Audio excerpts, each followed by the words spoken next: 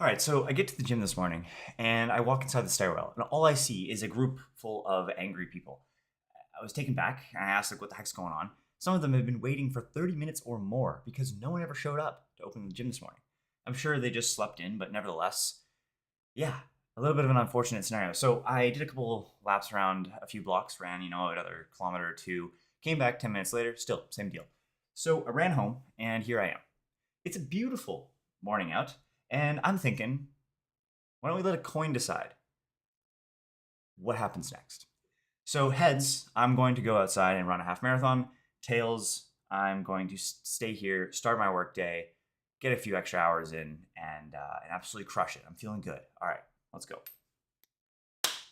Oh, oh, that one doesn't count. Rats. All right, let's try that again. Oh my gosh, what's going on here? Gotta learn how to flip a coin. I haven't done this in a while. All right, well,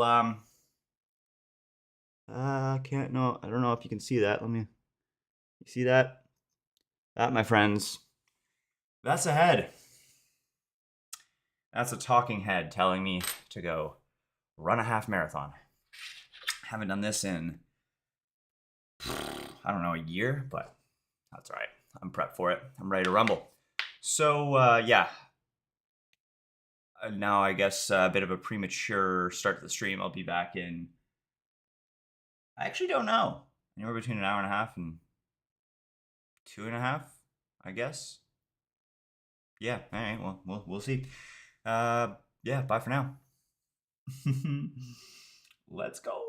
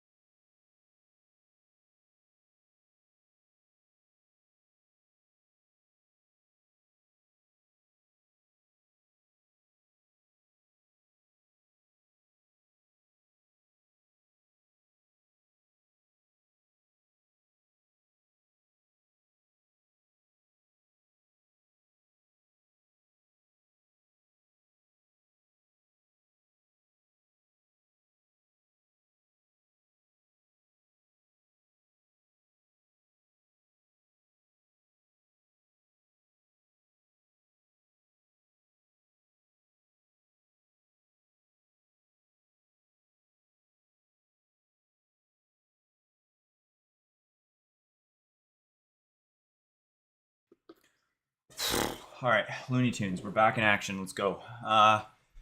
Yeah. However, so yeah, what? Like, what was the last thing I said? Half marathon crushed. So guess there's that. Lots of good reflection time.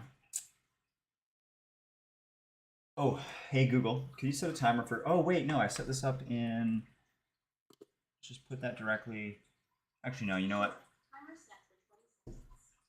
20 seconds. Hey Google, set a timer for 35 minutes. What's going on here? Come on.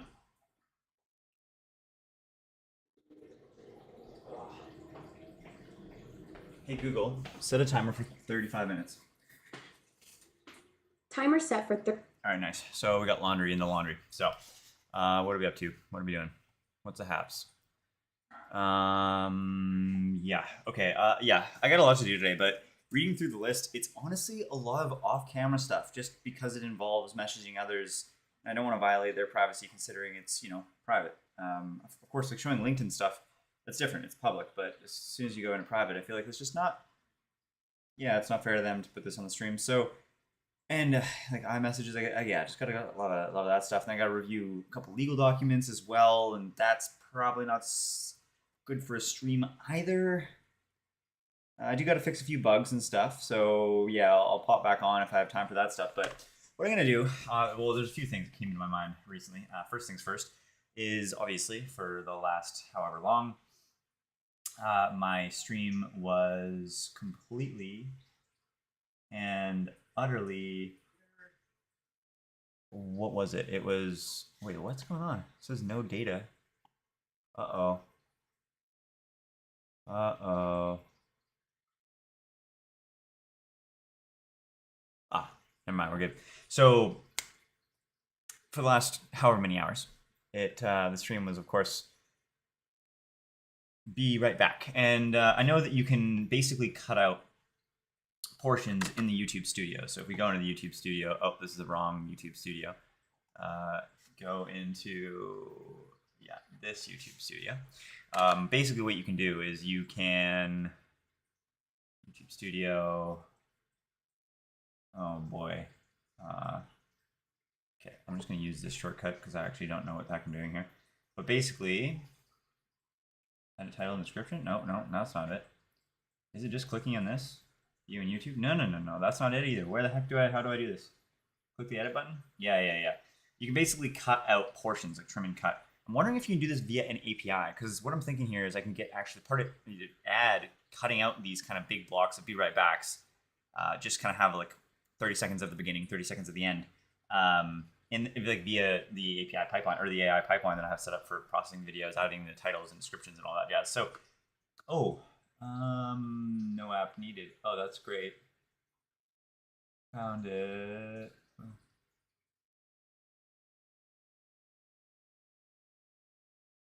Oh, interesting. This is haiku, light context. Whoa. Okay, well, this is great, actually. Wait, can you see this? No, you can't. So I basically I have a ring light here, and I kept on needing to manually turn it off and on. And I have it on my Elgato Stream Deck, but at the same time, when the computer sleeps or goes into the screensaver, the Stream Deck's kind of shut down as well. I guess I maybe could find a way to prevent that, but alternatively, but I don't really want to. So nevertheless, I figured I would do something that we can do it automatically, and it looks like it just went ahead and did that. However, am I actually convinced that it is a solid solution is a different question.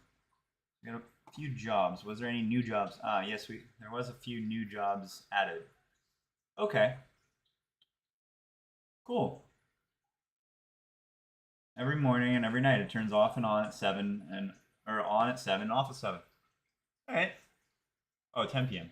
Yeah. Works for me. Yeah, sure.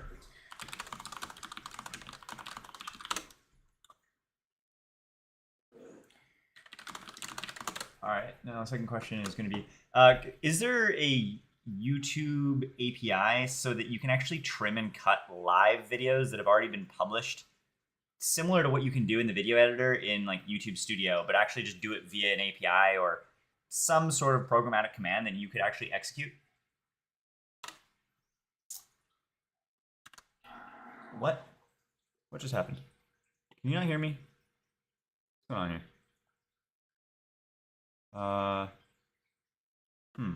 Let's try this again. Oh, it did work. Okay, that's weird.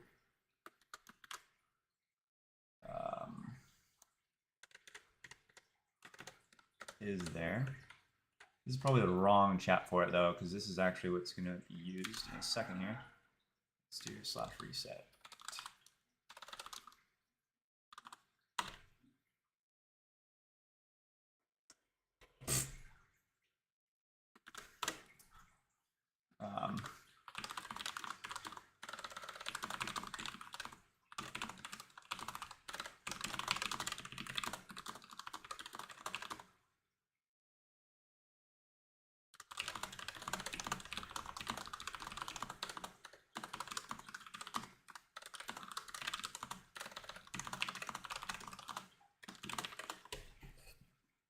All right, so oh man, so many chores left, right, and center. Like, yeah, this is gonna be a rather like I promised to stream my whole workday, which is why, of course, I'm doing this. But admittedly, I don't know if this is gonna be the most entertaining stream today. Because my next step is actually to figure out how I can blur my main screen just so it's visible, but potentially not.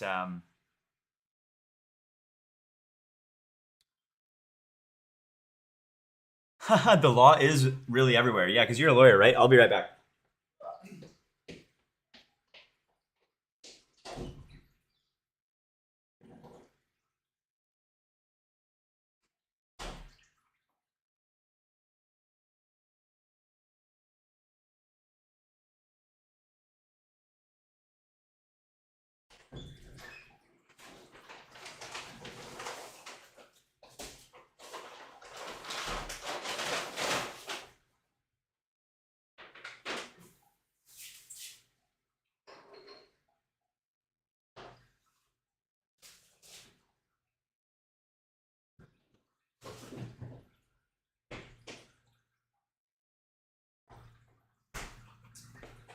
Oh, since you see you later, I'm referencing the IP and.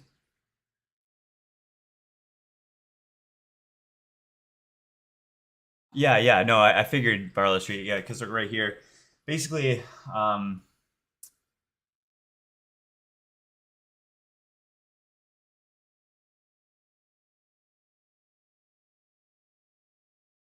basically what I'm in the middle of doing at the moment is reviewing the legal documents relating to, yeah, just some corporation documents. So I spawned like a bunch of sub-agents to get it to review it. And now I'm going to actually read those documents manually and go over the documents that OpenClaw produced, or Opus as well, sorry, Claude as well as OpenAI Codex produced to sort of give me pointers and things that I want to take a deeper look at. And accordingly, I'm actually about to add like a lot. I opened up the stream kind of by saying like there's a lot of things in today's stream which unfortunately are going to happen off screen just because they're either involving communication with others via email, which are kind of personal. I don't want to expose their names and kind of what we're talking about for their respect or out of respect for them. And then in addition to that, I got to review this legal stuff and all this stuff. So I'm actually just in the middle of seeing if there's kind of a simple way that I can just blur my main screen as far as OBS such that you can kind of see generally what I'm doing, but not actually have anything legible. Because I did promise at the end of the day that I would stream my entire workday, and I'm not going back on that promise anytime soon. So I'm a lawyer at commercial center. So background chatter. Oh, as I, yeah, nice. Well, good luck with the research, whatever you're up to at the moment. And yeah, I'll try to keep the background chatter going. But as I mentioned, there's gonna be a lot of, I think, reading related work. I'll try to narrate as much as I can, but the typical coding focus that I think is maintained throughout these streams won't be as strong today, or at least for the first half, at least. Anywho,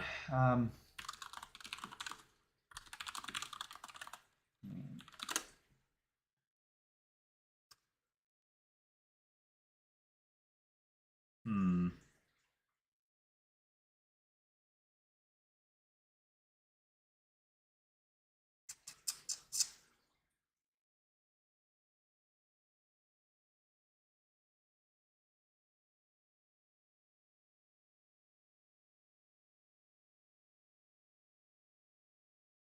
Well, this does look like kind of exactly what I want. So let's try this plugin out. Mac OS, boom. All right, so the objective here is to try and blur one of my main screens or my main monitor here while still keeping these top two monitors and all of my original OBS setup primarily functional. Yeah, but blur this just so it's that's my also for. Okay, very good to know. Maybe maybe I'll I'll take a deeper look into item number 4, which is good, and then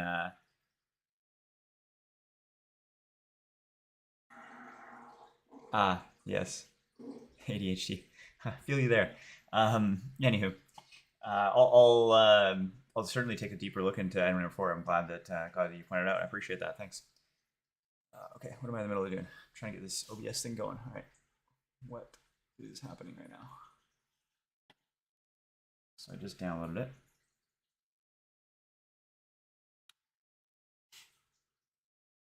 Blur filter. You just open up the zip. Yep, you do. Okay.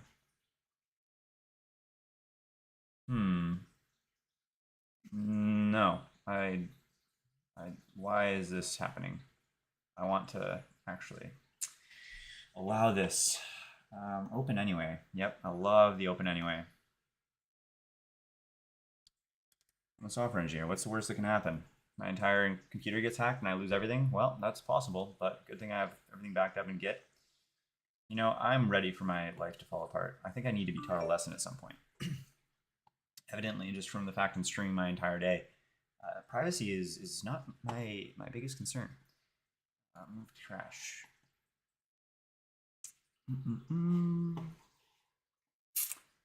Okay, now what? OBS. So maybe I'll actually.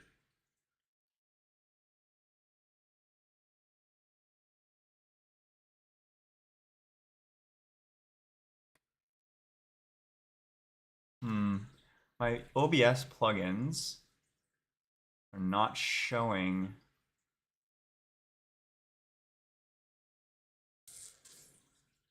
It's not showing the blur plugin that I just installed, and I'm almost thinking I might need to restart it, in which case that's not going to happen because I don't know, no way I'm cutting the stream just for the sake of blurring my main screen. I can figure out another way, I'm sure. Okay. Let's see how this is actually configured. Installation instructions, usage guides. Right click on the image. Oh, okay, well that's easy. Right click on main monitor.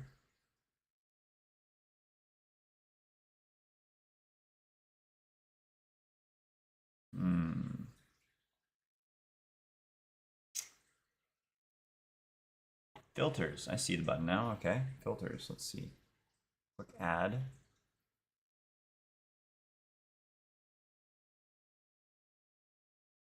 Yeah.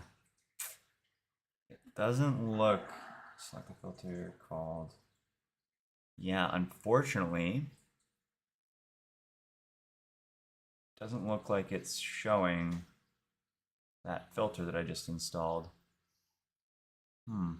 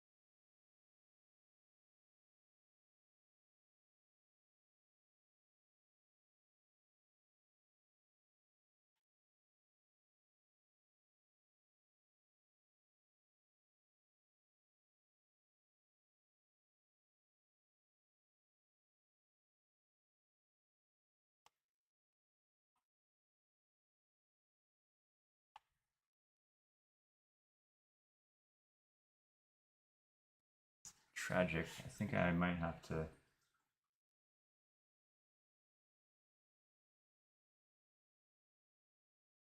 Fact filters.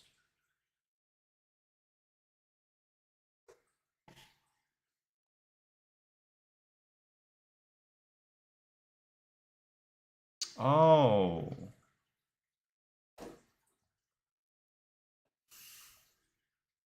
Yeah, it's still not there.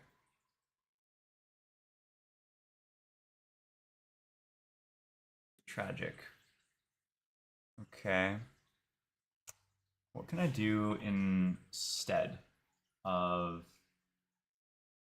I don't want to restart OBS. I'm not entirely confident I'll be able to get back into the stream fast enough.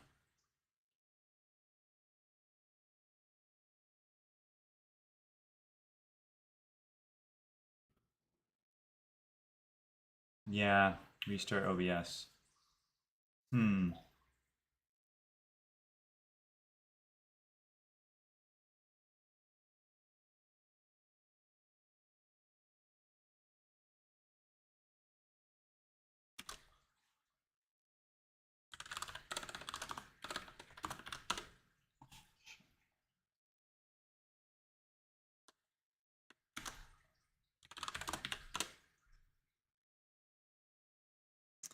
Okay, well, that's not very helpful.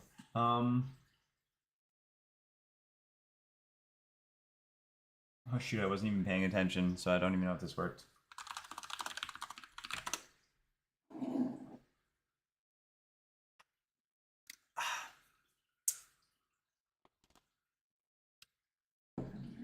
Ah, yes, it did. Nice.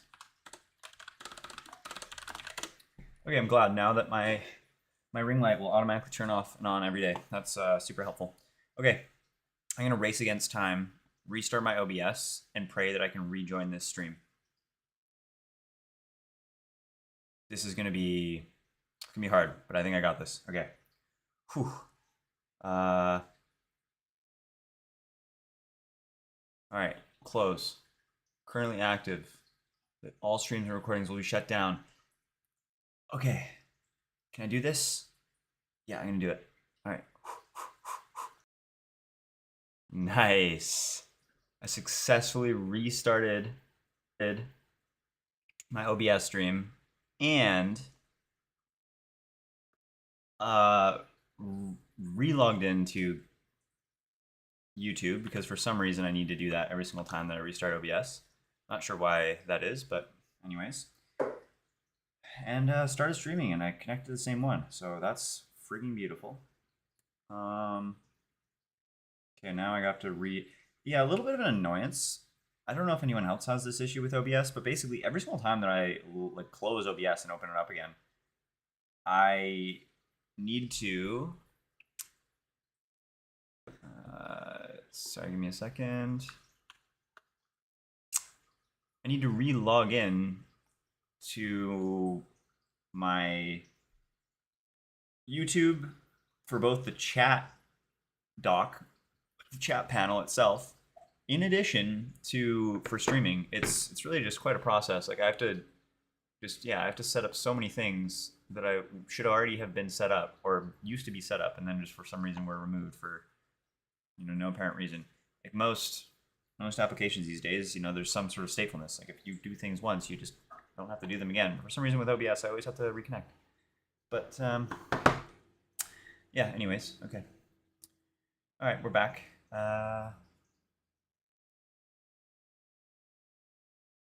Oh. Wow, that's good to know. Thanks, thanks for letting me know, Barlow Street. Yeah, I hadn't even looked it up.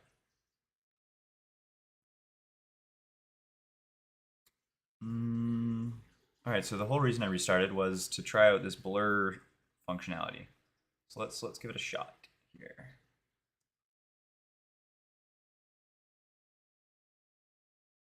Ah, there it is. Okay. Stream for a lot of legal webinars. Oh, That's neat. So like, are you teaching what legal webinars? What does that typically actually? I don't want to distract you, so feel free to just tell me to shut up. But I'm curious, like, what does that typically involve, like the legal webinars?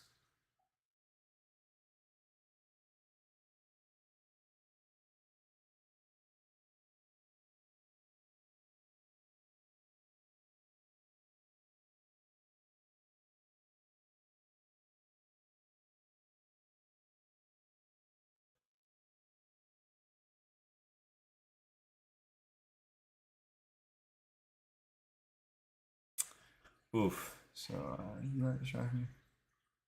Oh wow, that's super interesting. Yeah, I guess. Yeah, no, that makes sense. Especially with AI, I'm sure there's lots of lots of interesting things that have come from that.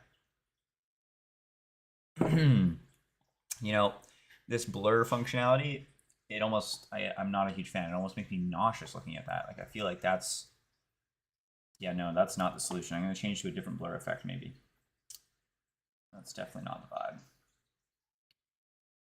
Filters, basically.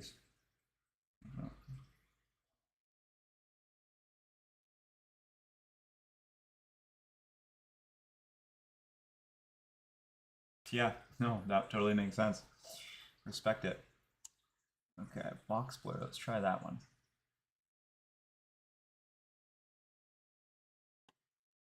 I think I like this a little bit more. Oh, can I like? Oh, no, no. I kind of wanted to only apply the blur to like a specific part of the screen, not the entire thing. That was kind of my hope. But it's seeming like that's not going to happen, unfortunately. Okay, well, I mean, this is good enough, I guess. Hmm. All right.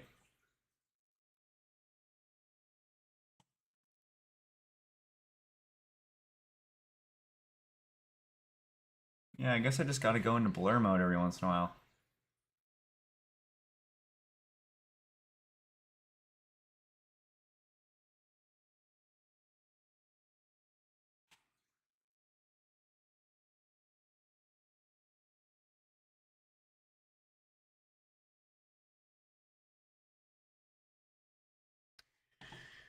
Okay, I'm gonna open up my YouTube stream itself and actually see if this is like kind of, I don't know. I'm almost thinking like maybe I should, instead of even blurring, I should just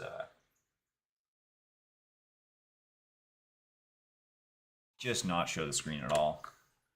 I'm just not entirely certain I'm a fan of this. It just makes it look like, it's not that bad. And it's definitely not legible, which is nice. Okay, let's try something else. Let's try put this up here, full screen it, and let's try to open up like maybe my personal email. Risky business, but not too bad.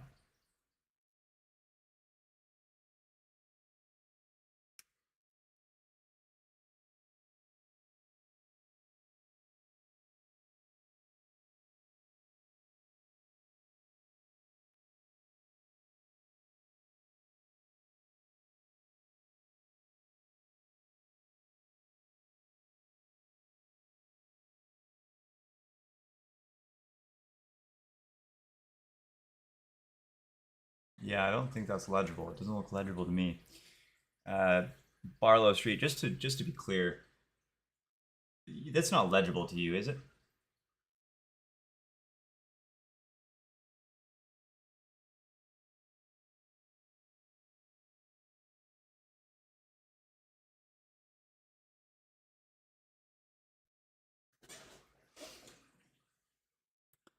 I don't know. I'm really starting to question whether or not I want to blur or just like take my main screen out of view for a while. Nope. Okay.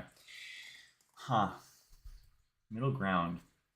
Basically, the problem I'm faced with here is that there are reasonably times where I need to spend like a long period where I want to use my main monitor purely just because I don't want to crank my neck left and right or up and down, all the time, because these are kind of my safe monitors that you can't even see in the first place. But yeah, like there are times where I need to review legal documents, send a bunch of emails, all that stuff.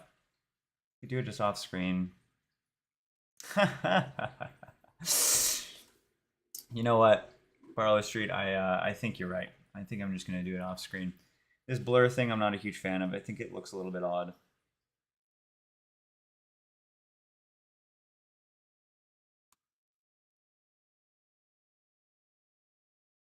Hmm. Yeah. Yeah. All right. Well, that's a wrap. Appreciate your perspective, Barlow Street. You are quite literally forming the future of how this stream works.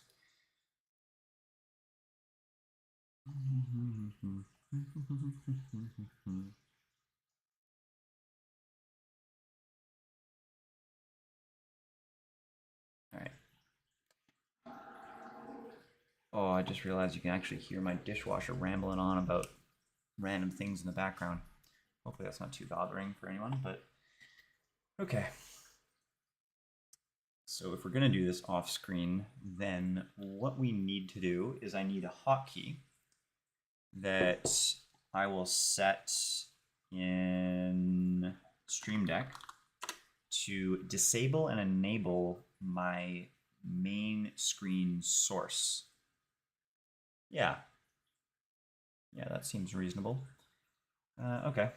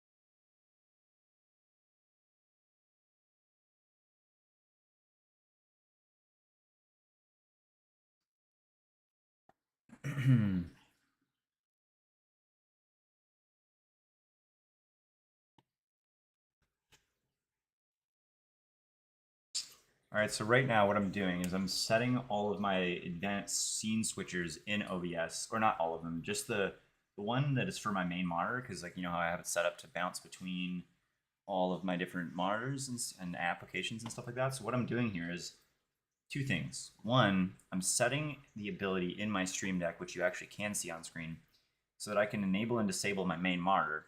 And then two, I am setting the OBS advanced scene switcher so that the scene, I guess, macro that switches automatically to my main kind of screen, it never actually switches to this main screen view. Whoa. Oh, that was the timer. Main screen view in the case that my main monitor is disabled as a source. All right, so that's what I'm doing. Source visibility.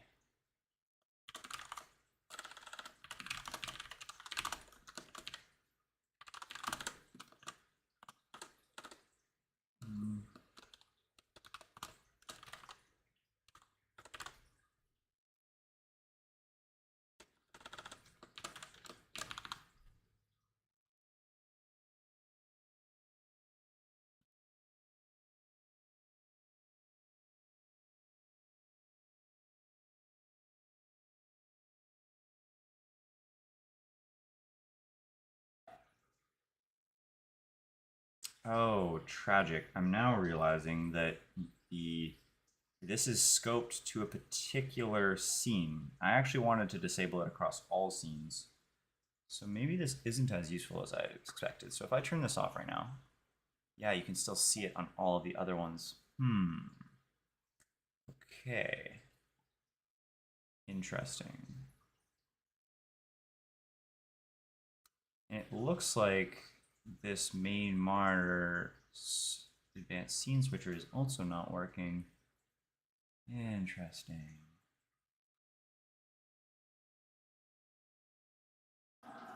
Okay, let's do it this way. Let's do a multi-action. And, oh no, that doesn't work necessarily, because then I have to do two multi-actions, one to enable it, one to disable it. I'm in a little bit of a pickle here. You know, Barlow Street, I know you said that don't let perfection be the enemy of good. I agree with that, but at the same time, I want something that's at least half decent that I can run with here. Blurring, I agree, that wasn't the option, but something else has got to be right. All right, we are going to do multi-action. We're going to do on or show ultra wide, and I'm going to do source visibility. Media source control. What's this? Oh, no, that's not what we want. All right, source visibility. Okay. We're gonna do across all scenes, or no, I guess main monitor, big cam.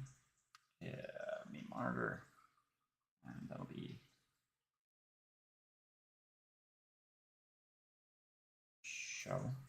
Yeah, sure. And this will be main monitor, small cam, main monitor.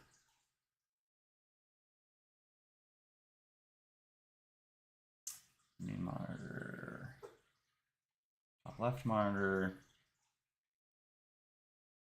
Just creating a black screen in OBS and effectively blackening the screen instead of blurring the future.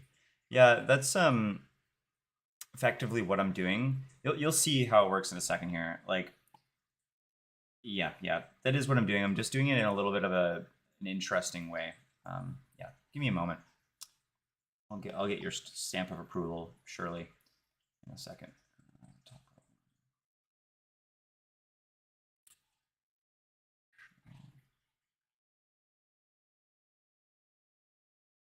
Okay, that's all good.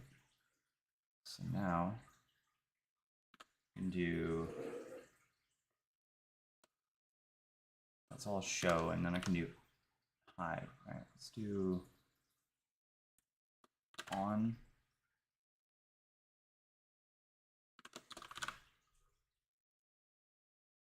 Oh, nice. This is actually really good.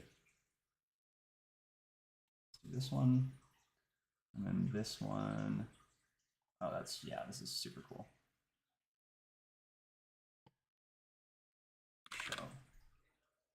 Yeah, this is nice. I like this. Why is it not? Okay, beautiful. Actually, I don't even need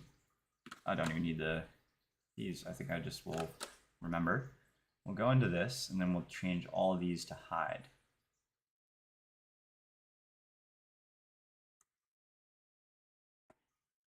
All right.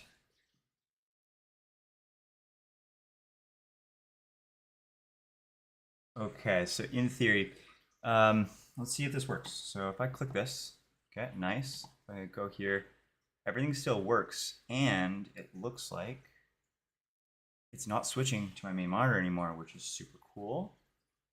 But it's not switching to others either. Switch to this. Oh yeah, no, we're good. Oh no, we're not entirely good. We're close. Let's delete this one. Okay, now in theory everything is hidden. Whoa. Okay, I gotta go get my laundry. But oh no, it's still not hidden from this one, oddly enough. You can still see it in the corner. Oh, I think I probably just forgot one of the scenes. But we're very close. Very close.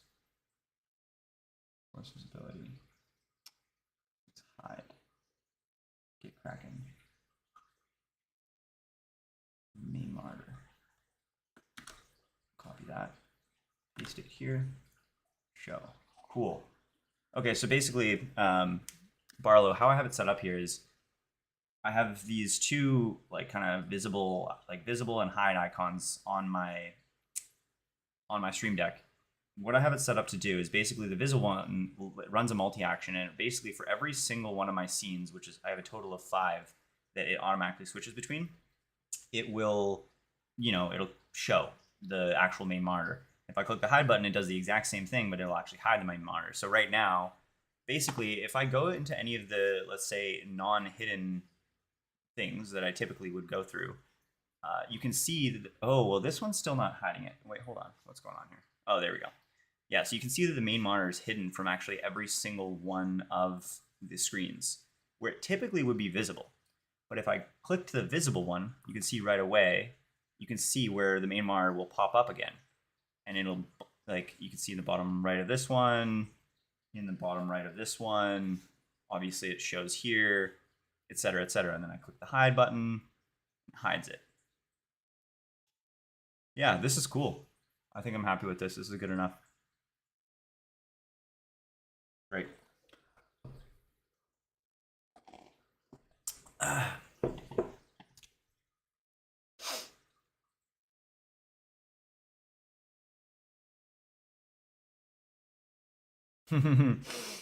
Yeah, Barlow Street. Everybody has their skills. I am not law savvy to say the very least. So, you know, we all have our gifts and our specialties.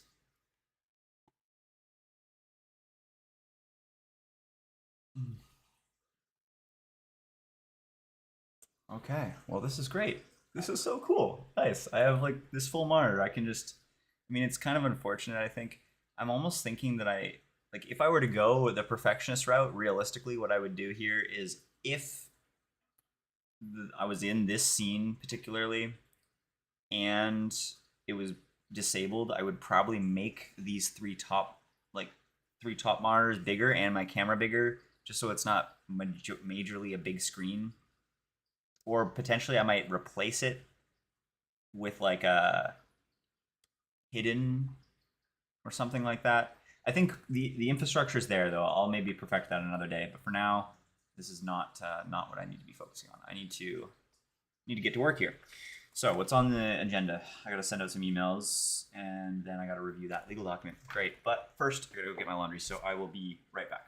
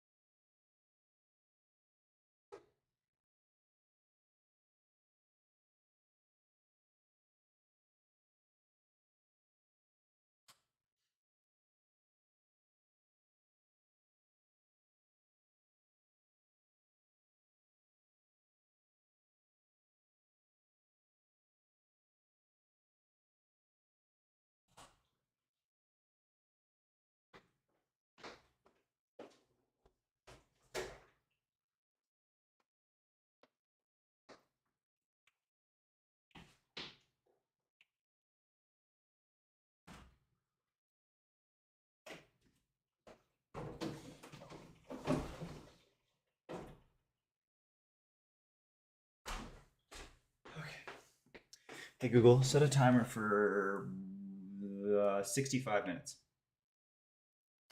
Timer set for 65 minutes. Oh, okay. Pitter patter. Let's get at her. Emails, messages, legal document. Let's go.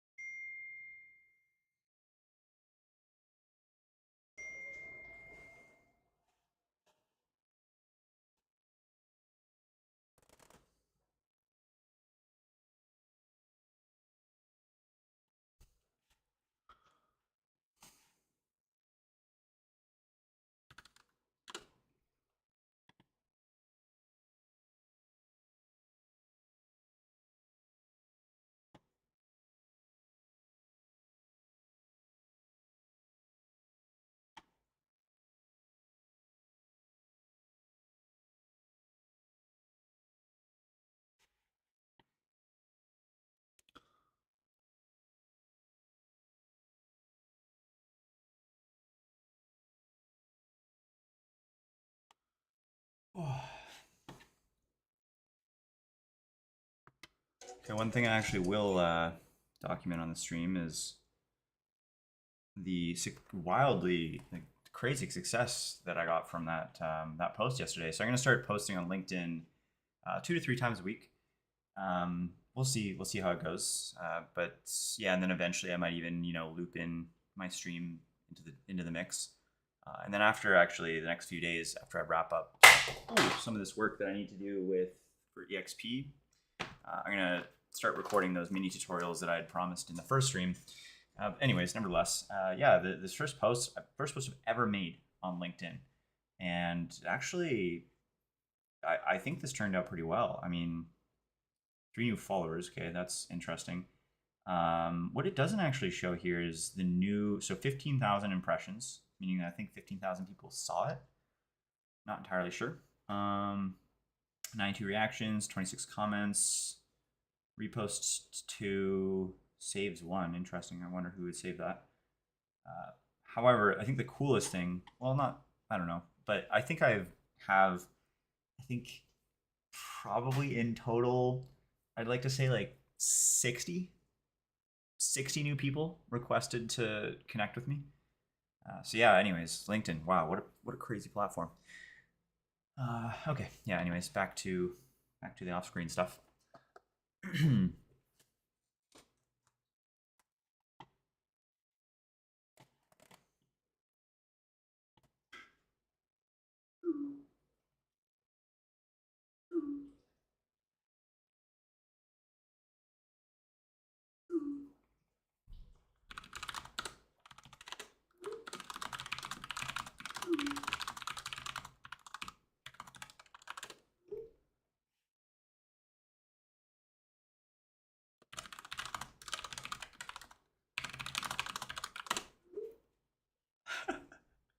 Wow, we just got some very, very, very good news.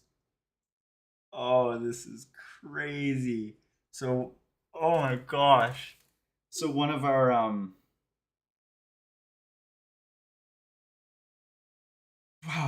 main vendors, downstream software vendors, just agreed. Oh wow. My co-founders are excited enough to even call me right now. All right, I'll be right back.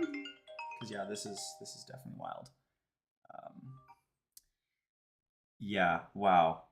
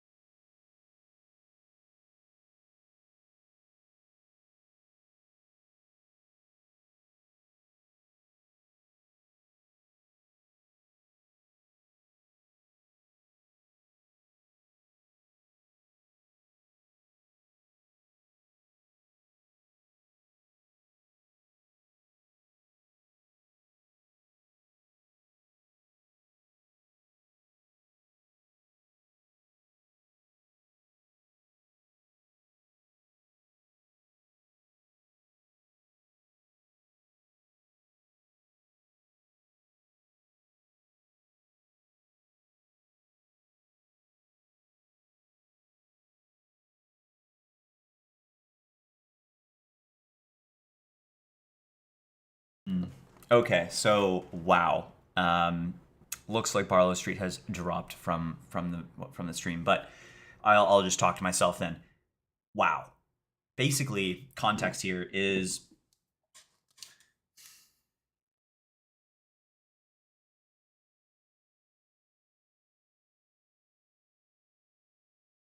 the voice AI receptionist that we've built is a solid product.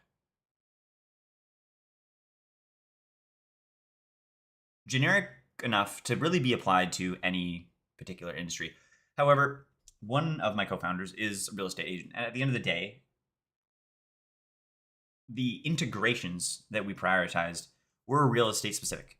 And in addition to that, I mean, our entire focus in the beginning is real estate first, then move potentially to like real estate first and deep, and then potentially move to another industry. And or another industry being medical, because my other co-founder is the youngest med student in Canada.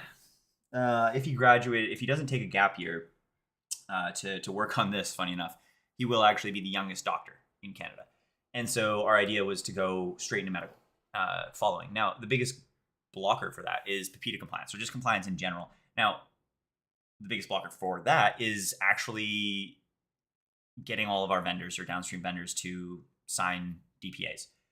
And yeah, our biggest vendor right now is just it's not like it's signed, but we now are in a position where like the next big step has been taken, and we're that much closer to getting that DPA signed with our biggest vendor. So yeah, very big deal. It allows us to go jump into medical faster than anticipated, and yeah, hopefully crash through in the medical market in Canada. Yeah, this would be terrific. Okay, anyways, yeah, back to what I was doing. Okay, so what was I doing? Everything is off screen, but that's yeah, that's okay. All right. So right now I'm messaging back actually one of my co-founder's friends that partner in a boutique M&A firm. Well, first of all, I actually don't even know what an M&A firm is, so I'm gonna have to look that up.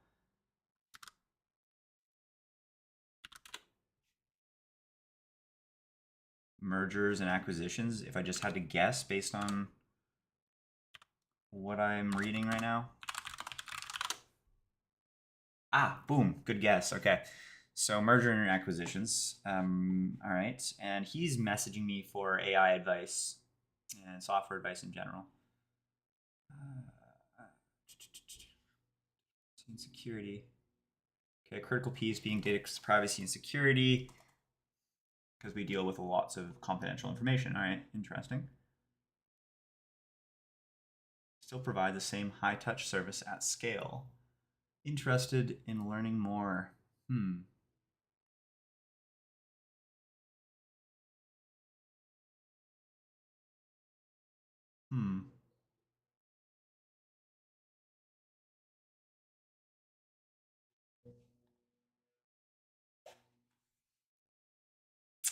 All right. I'll just set a meeting up with this guy, see if I can help him out. Send him my calendar link. And off to the races we go.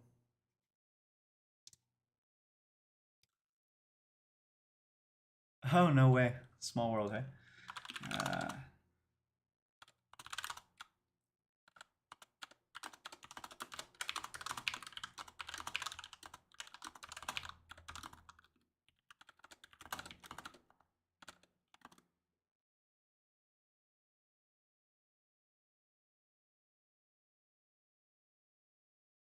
Hmm.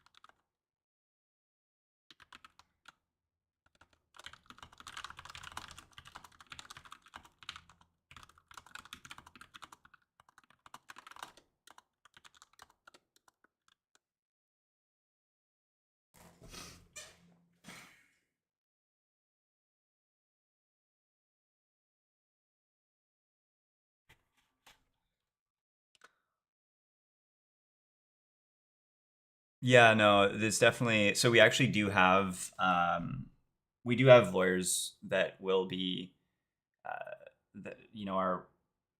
I guess what do I want to say? Like, we have lawyers. Long story short, so we will be, of course, dedicating a lot of the legwork to them.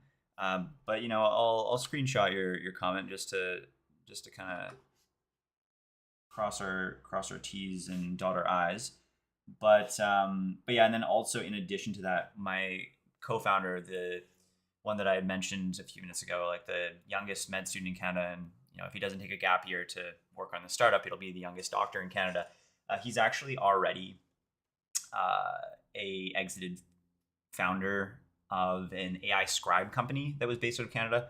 So he's very familiar. AI scribe for medical doctors, based out of Canada. So he's very familiar with navigating all of the compliance related things that kind of go along with that. Thanks for the advice.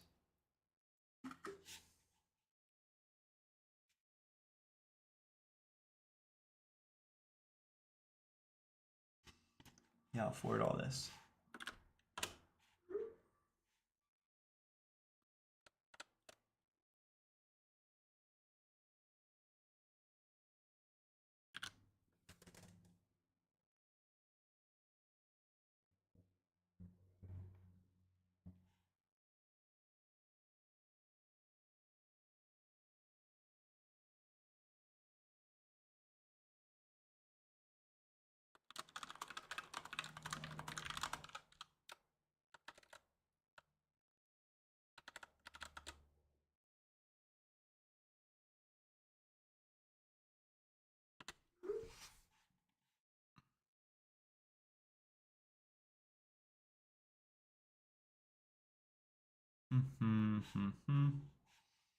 All right, one message down. A few to go.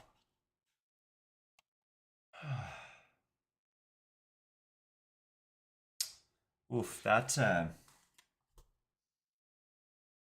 half marathon this morning. I'm feeling a little bit ever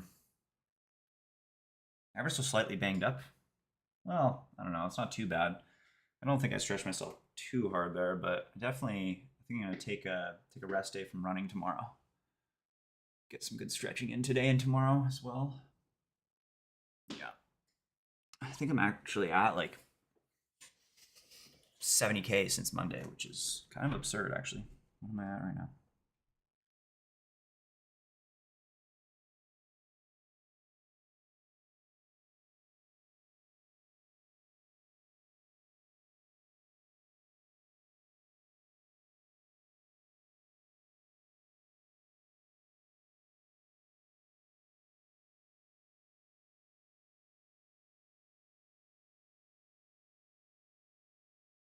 Yeah, wow, holy crap. 69 since Monday. Okay.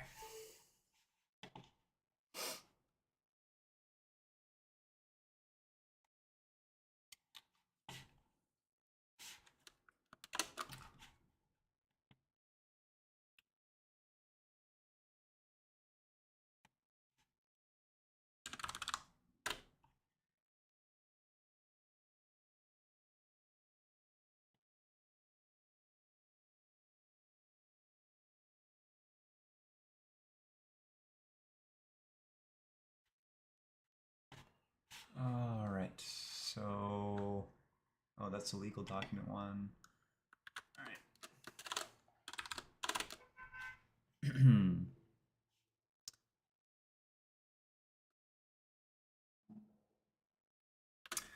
Hey, could you write an email to a churned customer? This was the previous email that I had sent him when he joined. And yeah, I just want a follow up email, warm, friendly, genuine, from the perspective of the CEO and co founder. I don't really want to influence you on what this email actually contains or what the goals of the email is. Like, I'm not necessarily, like, I'm not at all looking to get him to resubscribe. So I guess I'll make that clear. But the rest of it, I want to see what you can come up with here. Yeah.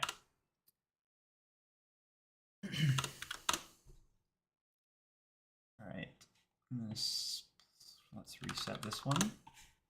Send another. Okay. Could you write an email? Oh, I'm gonna actually set.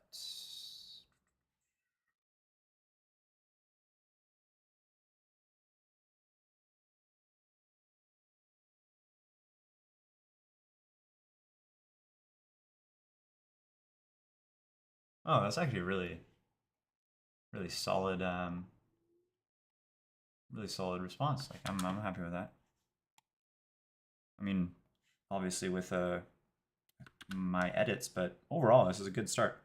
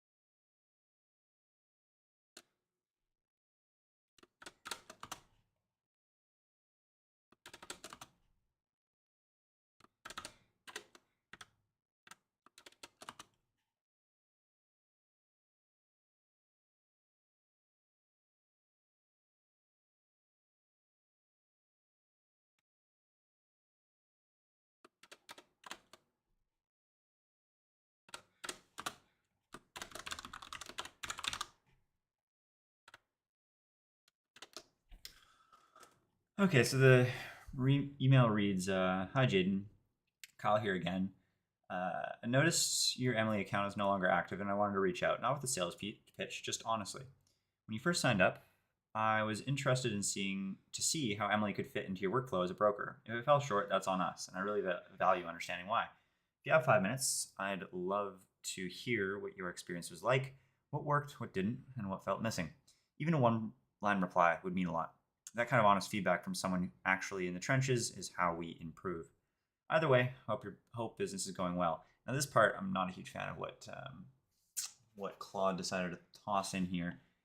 Mortgage market's been grind lately, and I have a lot of respect for brokers navigating it now. I really don't know enough to really be saying something like that. Um,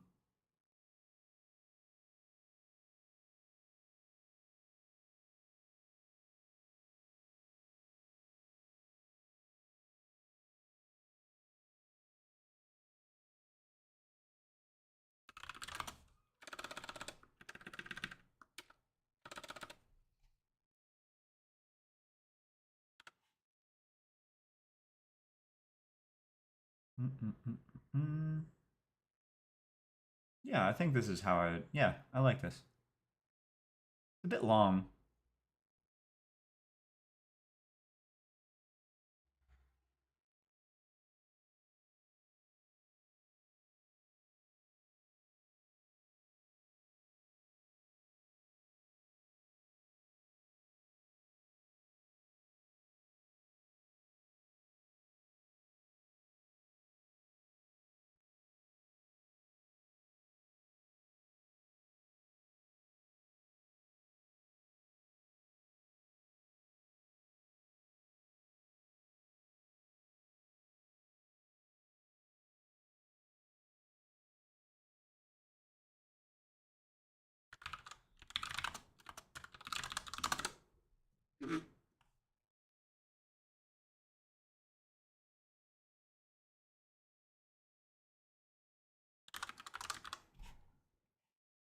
Okay, I'm gonna send my final. What's your take on my phrasing of like building a practice?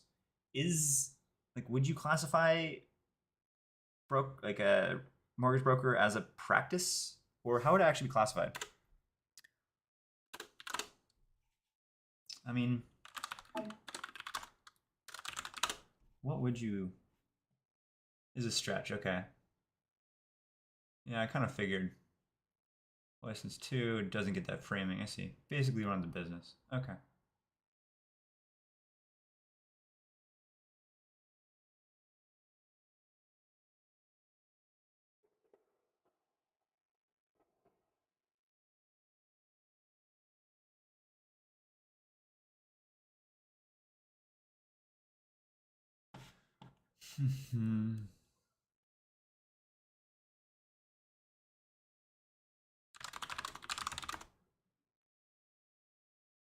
All right.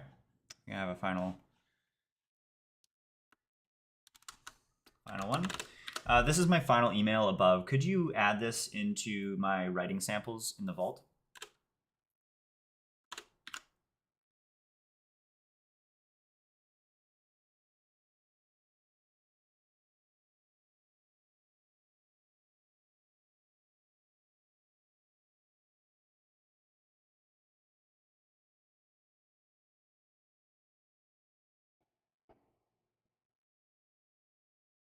Yeah. Okay. It's good. Let's do another one. So I got one more.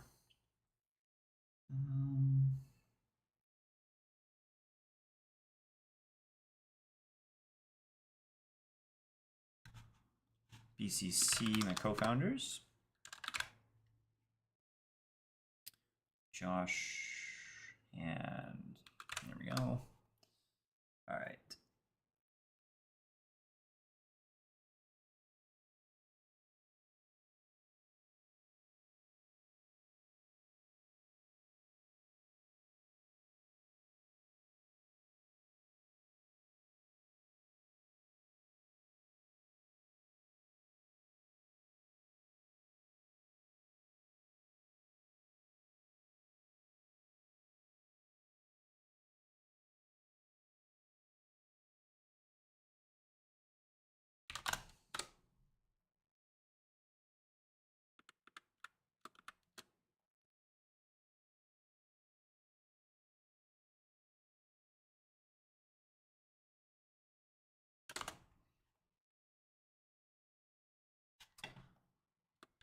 Oh, actually, one very small thing. Could you remove the hyphen between one line?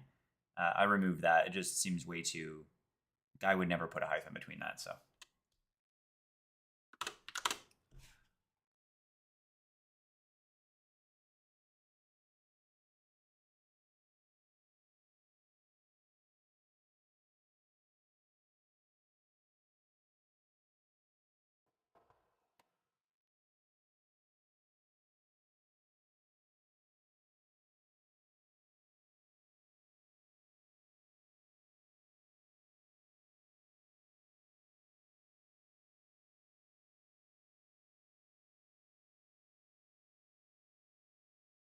All right. I think that's yeah, that's the message. I'm happy with this.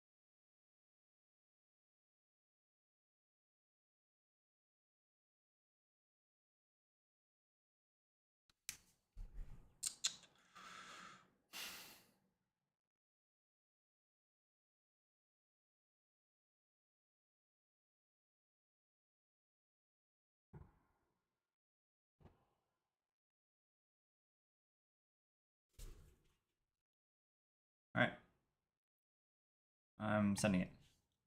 Looking back now. All right. Okay, could you write another one? Now this one is to Kyle, and hmm.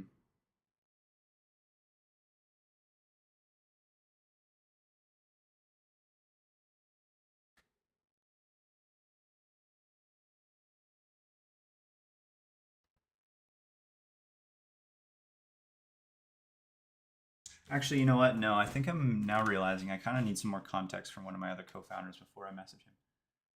Uh,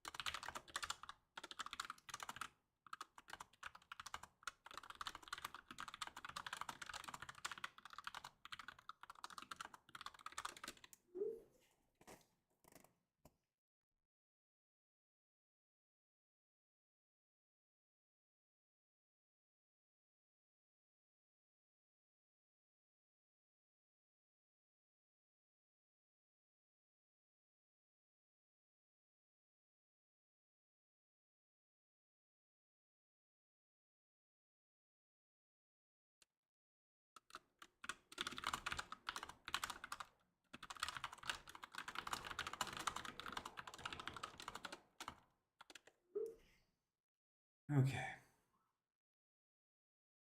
What else?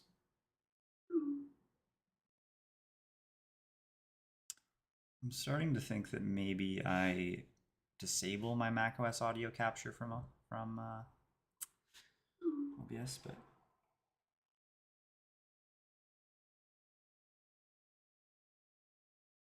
Barlow Street. It doesn't, or I don't know if you're there. It doesn't look like you are, but um, it's. I forwarded some of this information to my co-founder, and like long story short, he said you got a sick viewer. Like he says yeah. Long story short, he's very impressed with you as a human being and grateful for you to be in the stream, kind of peering in. So, anyways, yeah. If you ever rewatch this somehow, some way, thanks. All right, moving on. Next email. Oh yeah.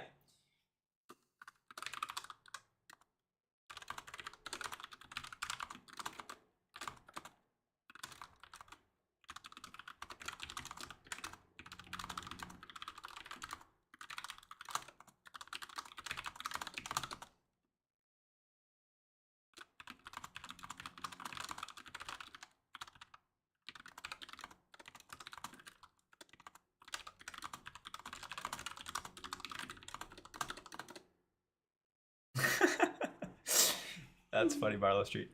It's so weird. It actually doesn't even show you like in. It says that I have 0 concurrent viewers at the moment, which is like weird. But I get. I mean, you're here, so nice. I'm uh, I'm glad. Yeah, I don't know what OBS is doing.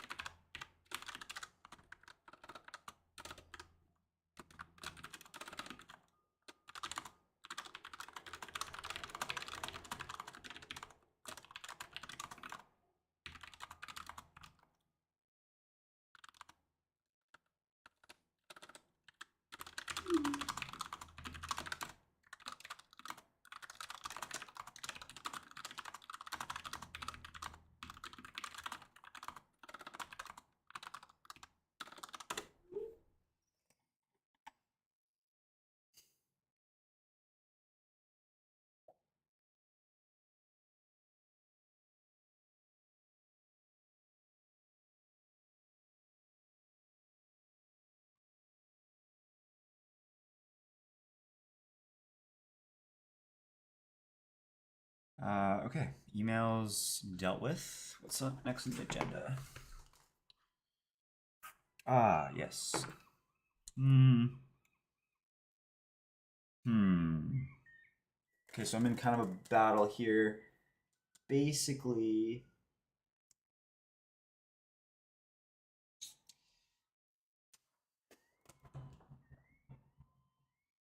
hmm.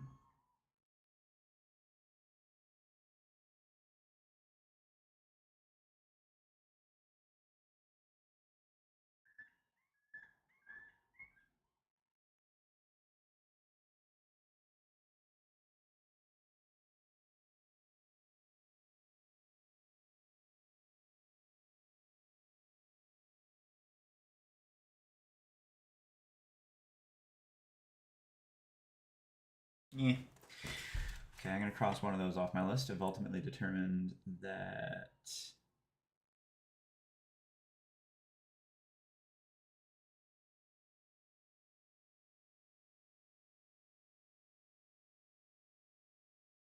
It's not a priority anymore.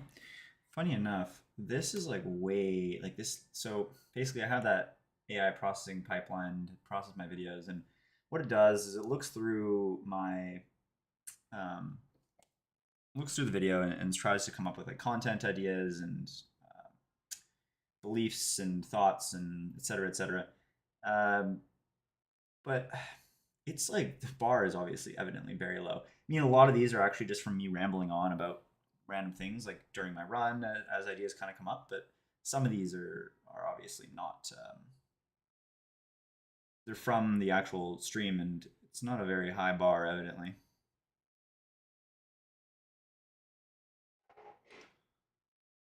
Ooh, extra. I like kind of like this one. Series. Oh yeah, that's kind of a good one.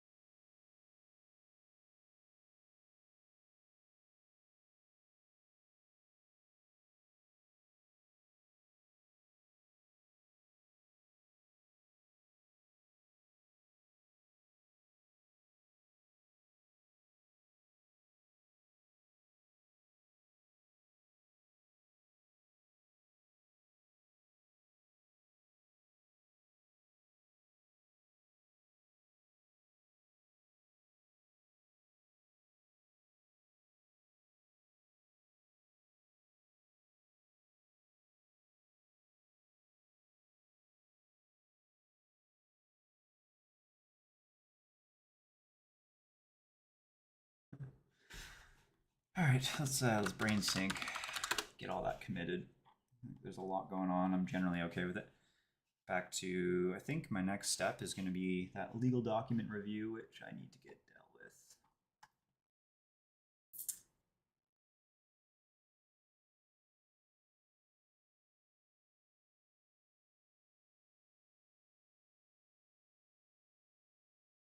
Actually, you know what?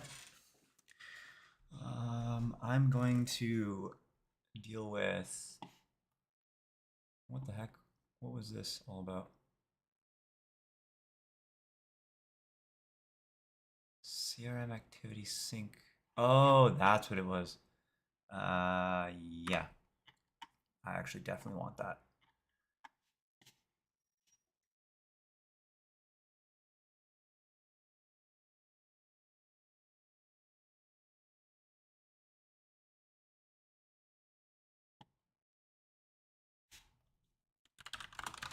Hmm.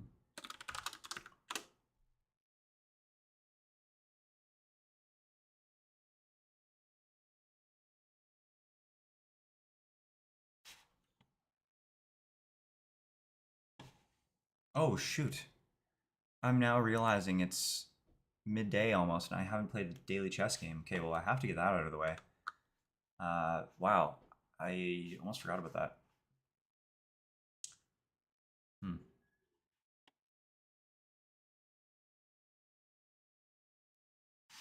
Hmm.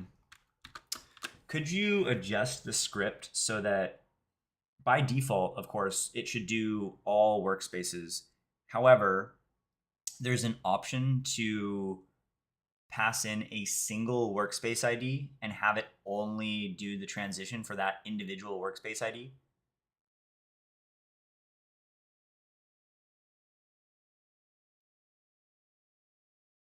And that workspace ID should just be a constant that's defined at the top of the file. By default, it's null. And if it's null, it just does every workspace ID. But if it's actually like there's actually a value provided, then it'll only do that workspace ID. It's slightly ambiguous and it honestly goes against everything in my core, but because it's just a script, I'm fine with it. So accordingly, just could you just add a comment above that, just explaining the logic very briefly?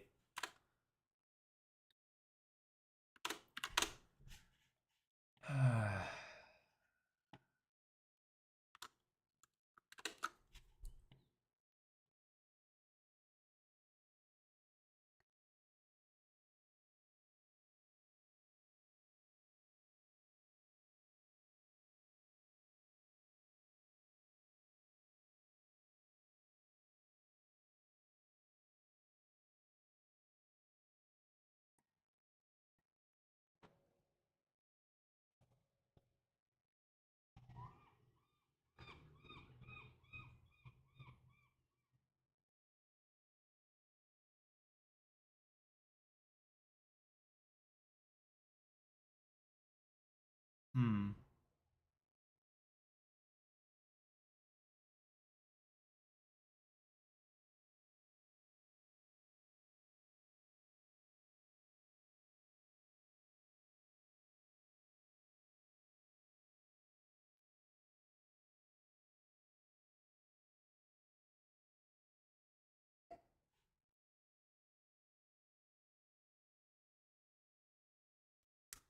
Okay, so I got feedback from that churn customer actually, and super helpful. It was a quality issue at the end of the day, and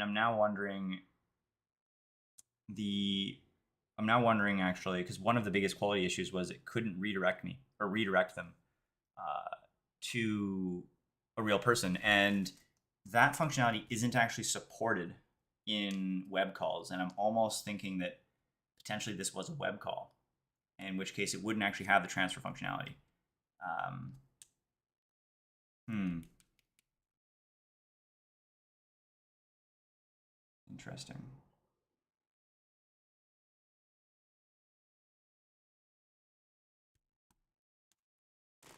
Okay.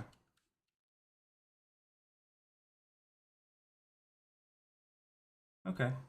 That's super helpful.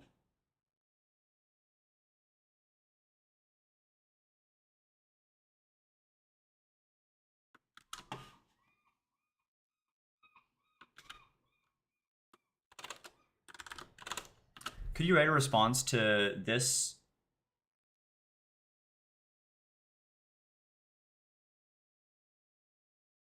Yeah, I'm not going to give you any direction. Just do what you think is most valuable. One of them is an integration, which we don't have. GHL. Oh, go high level.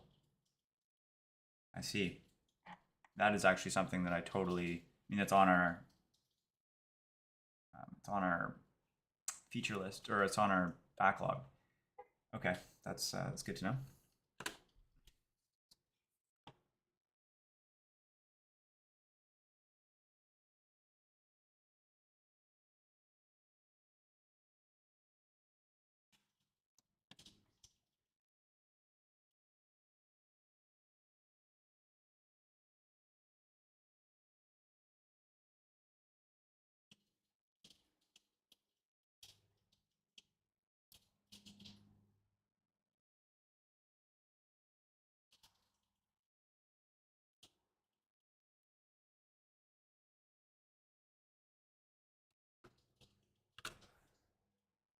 So, just some additional context.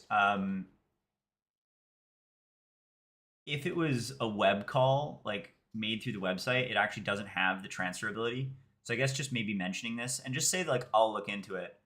I think like obviously don't make an excuse. It is a miss on our end. So I like the part where you are saying, on the chatbot, that's a miss on our end, full stop. If someone has a question, doesn't get a good answer, there's no easy path. Like I like all that, but just maybe offer a nuance that it could be because it was a web call. I'm not entirely sure. I'll look into it further, kind of something along those lines. GHL, that part is, yeah, I think the rest of it's generally good.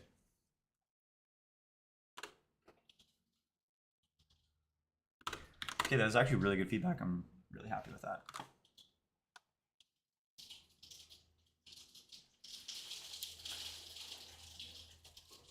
Holy, it's hailing right now. What's going on? What's the temperature outside? What? Why is it hailing? It's like 7 degrees.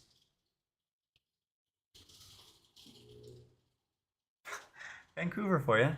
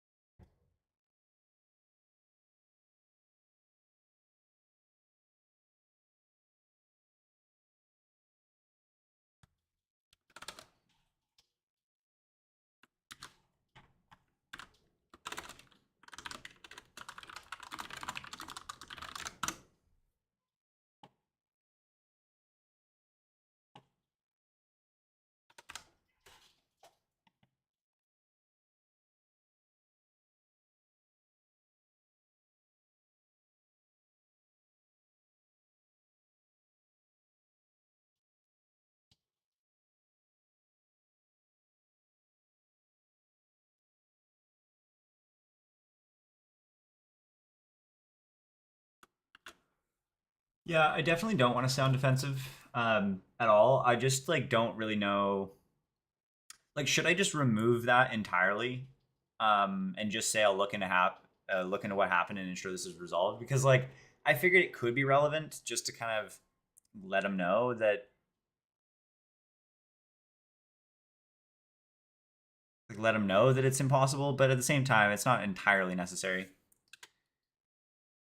So for context for the stream here, like basically one of his concerns was that transferability wasn't available, and he didn't specify whether or not he tested through the actual website, like in which case transfers are actually impossible just due to telephoning limitations. Like you can't transfer to a telephone on an actual website, but we still have a test button on the website, so it's actually misleading, and I almost think that that might be something we should change. Because yeah, that's actually a real issue, right? So, anyways,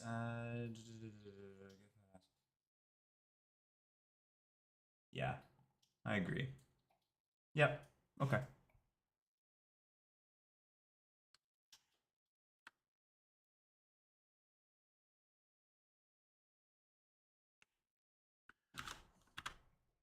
Oh shoot. Okay, this is my new version. What are your thoughts on this one?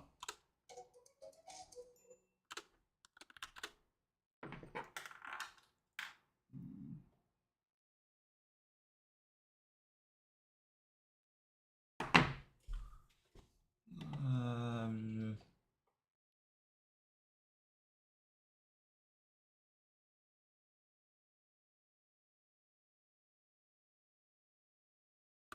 well, I mean, so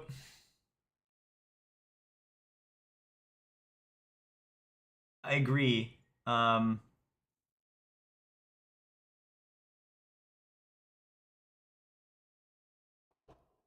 but like the reason the thing is like I don't really want to like seem.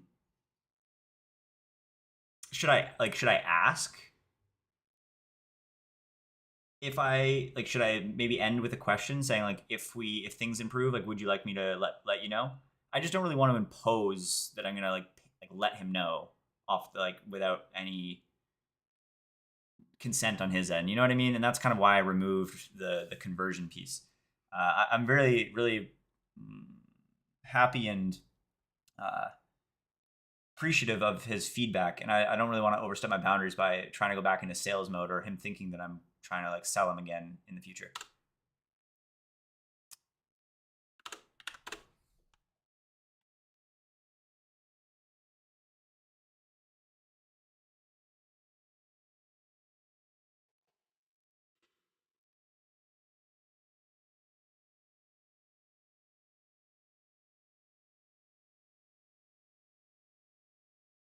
Okay, so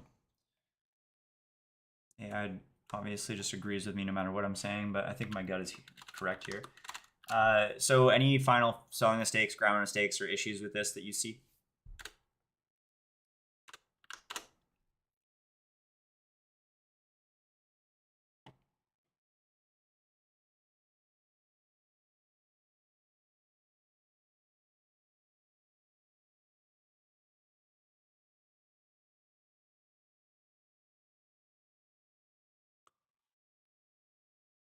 No, I don't need a comma.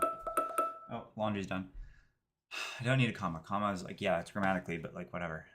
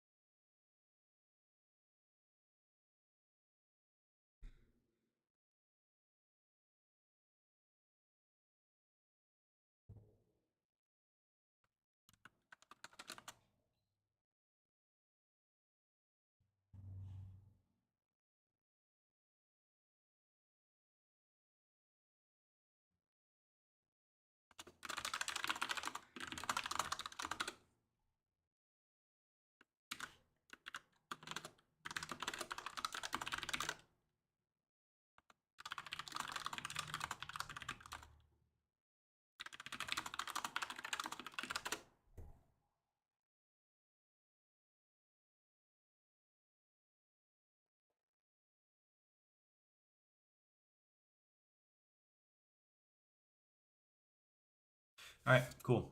So you can read the email here. Hi, Jaden. Really appreciate it. Actually, I'm not going to read it out, but yeah.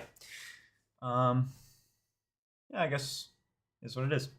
I'm happy. I mean, honestly, like the agent quality is something that I've been thinking about a lot lately, and it's like I'm in this place where the software itself is really good, but the agent, I want to keep improving it, but there's an alternative argument here, which is like getting customers, considering it does work, and it's kind of good enough in a majority of scenarios.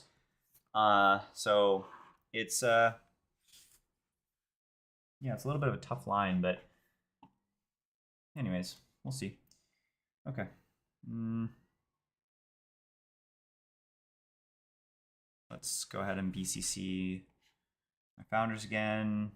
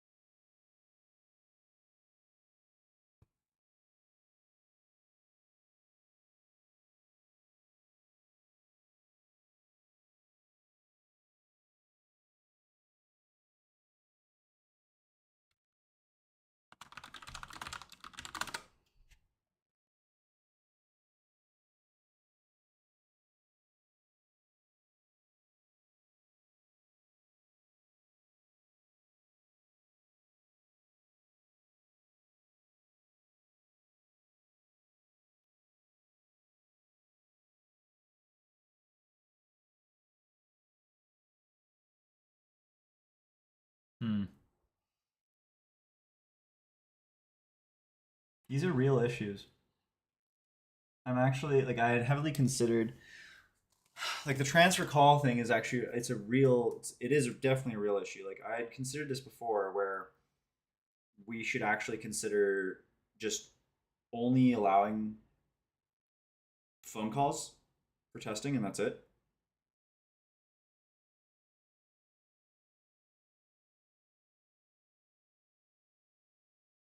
Hmm.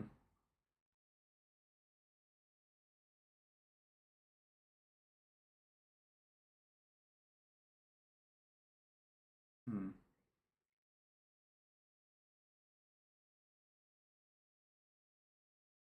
Okay.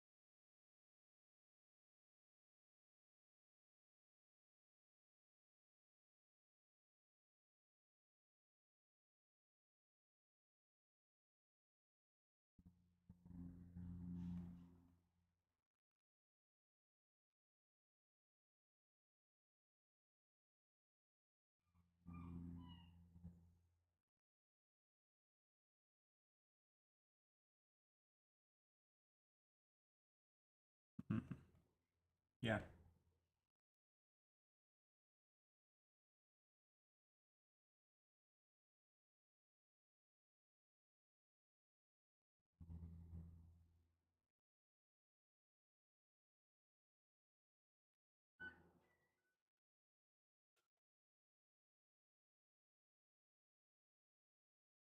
Hmm.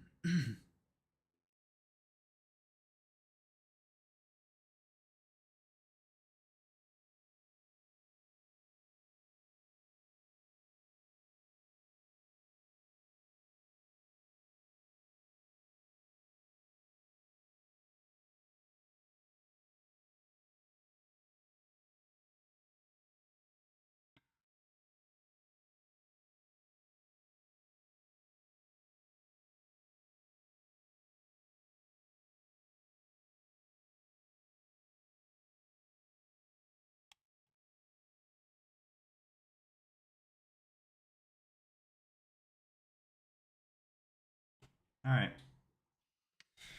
Now I have to battle my own want to go and like look into this.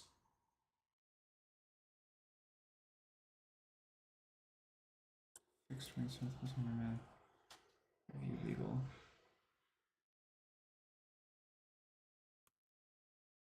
Should I look into this? What's the relative priority? Hmm.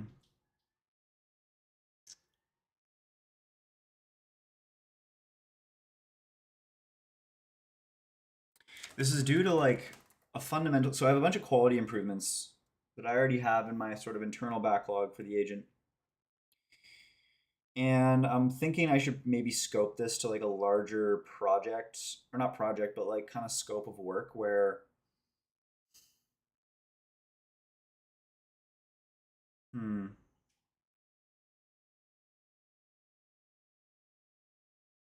where everything is sort of done at once. What was actually done here? Jobs updated, Reddit engagement plan. Reddit engagement plan. What? I never I never asked for this.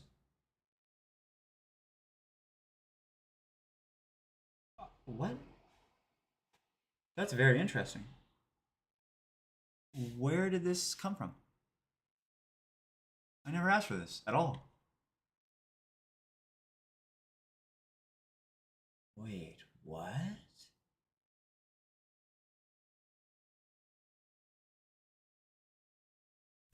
This is piquing my interest more than anything else at the moment. I needed to look into this because if I never asked for this, if I did and I'm just completely forgot it, then that's on me. But if I didn't ask for this, this is my first experience of OpenClaw doing something on its own without instruction. This is crazy.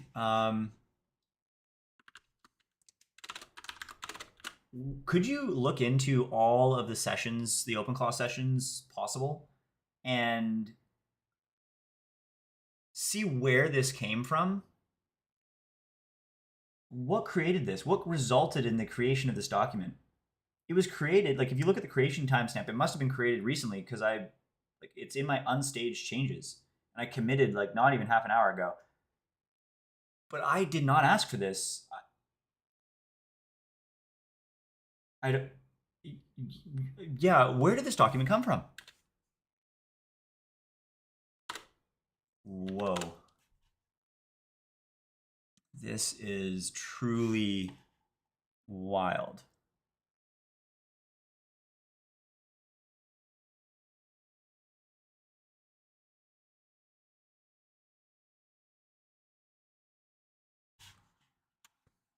So about 23 commits ago. Huh.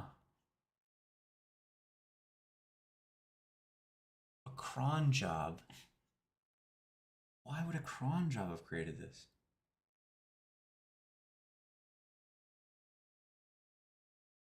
Reddit engagement plan.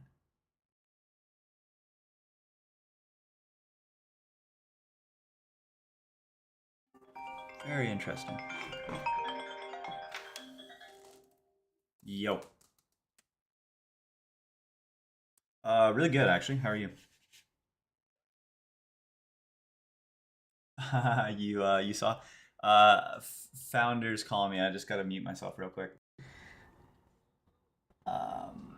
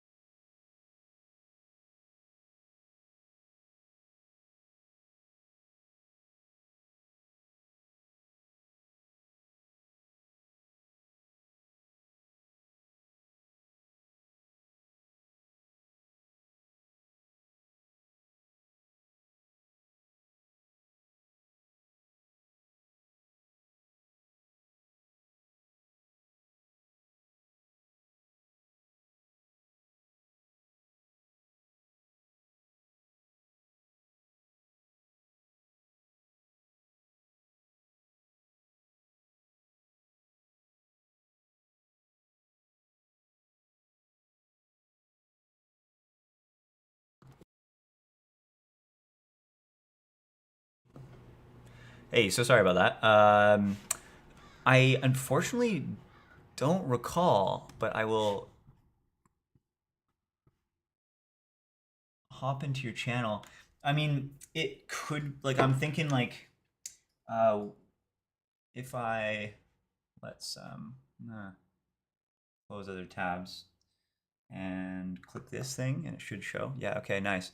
Uh DOB Dabaria? Dabaria? Is that how you pronounce it? Or amateur finance, however you want to say.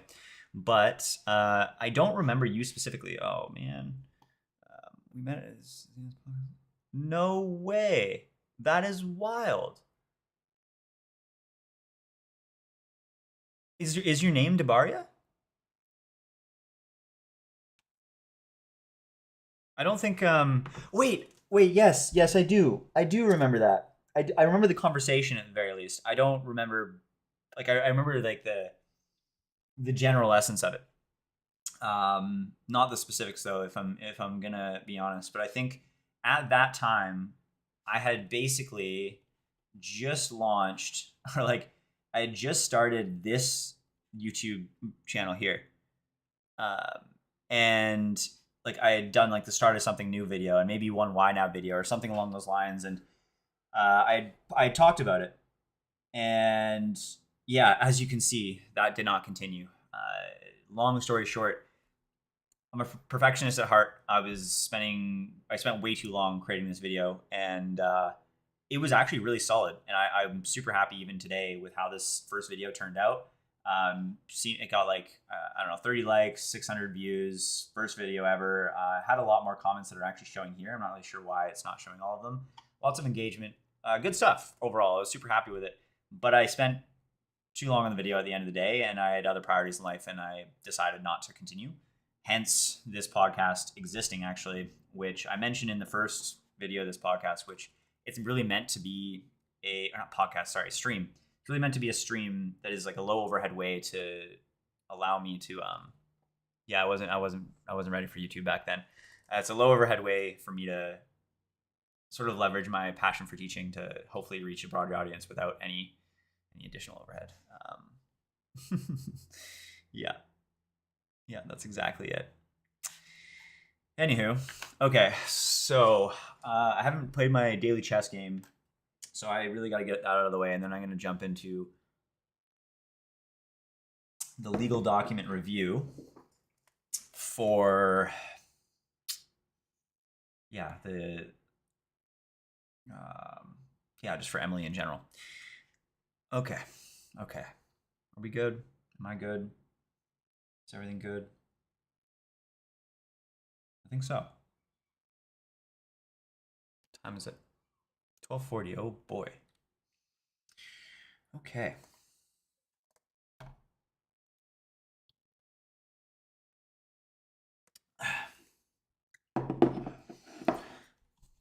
All right, today is the day.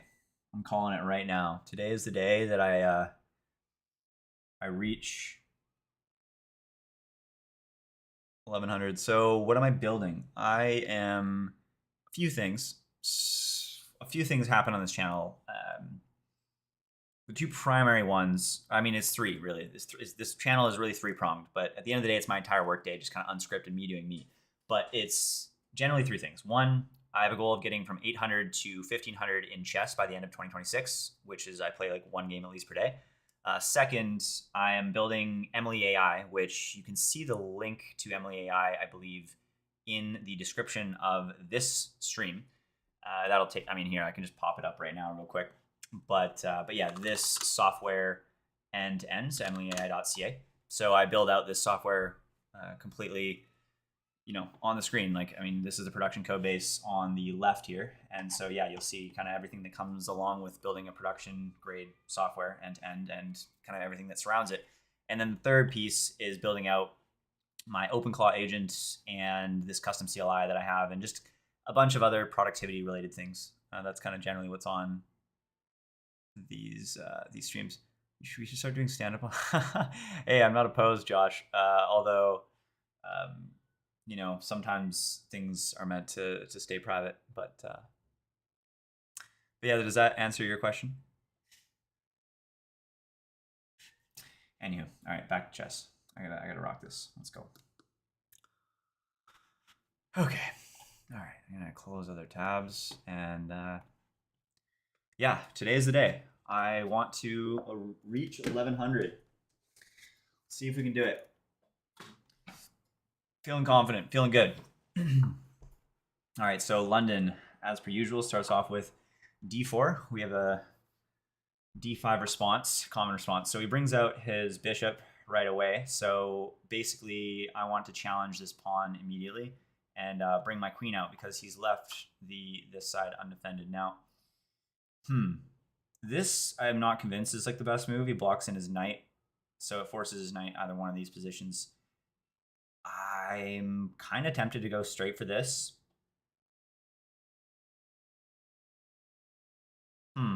It's either this or this. It's kind of what I'm thinking. Oh, but then again, he actually opens this up for his queen. So that's an additional consideration here. So maybe I actually bring this knight out immediately. Yeah, I'm going to do that.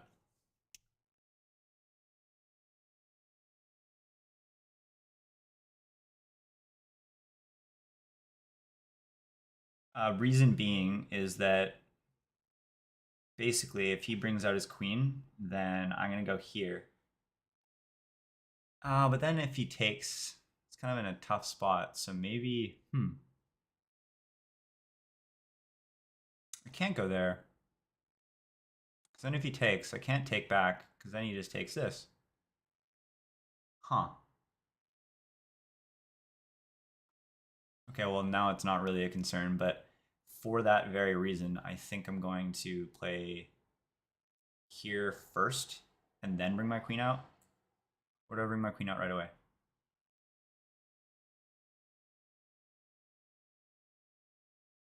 Yeah, no, I'm going to play this first. Okay.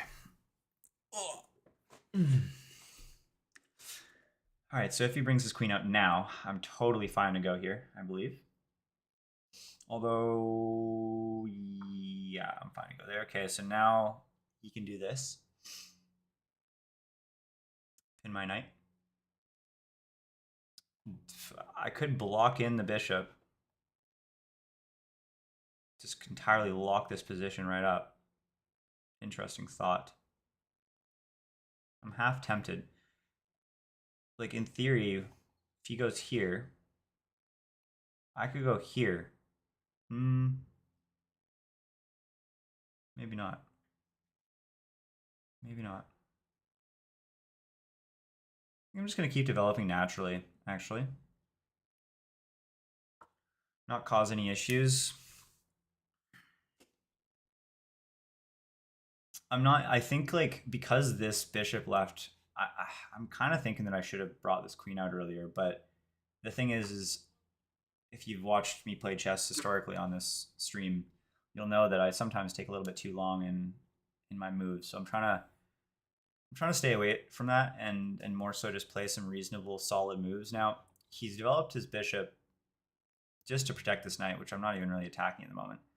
So I'm fine with that because now he's not going to pin this knight, which is good. I have all my pieces developed for the most part, except for this bishop, which at the end of the day, I could go here and trade, or I can push maybe. What to do? I think now is time. Now is the time. Maybe I put my bishop here.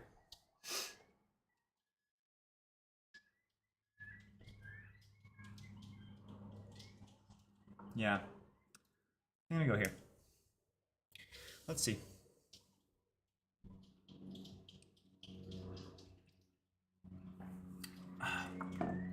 Okay, so he offers me a trade. So I don't want to make this trade, to be clear, because then it opens up his rook. I actually want him to trade with me.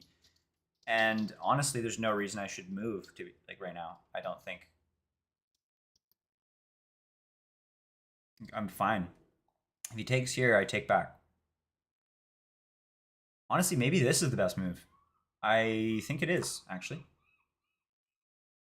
Yeah, push away the queen or force him to trade. And I mean, I do have these double pawns, but like it's not that big of a concern, honestly, because I have this. It's kind of like this one's kind of part of the mix, and I mean, at the end of the day, I do have this open file, so yeah, I'm completely fine with this. So far, so good. We're probably still equal, but I'm feeling good about how this game is going so far.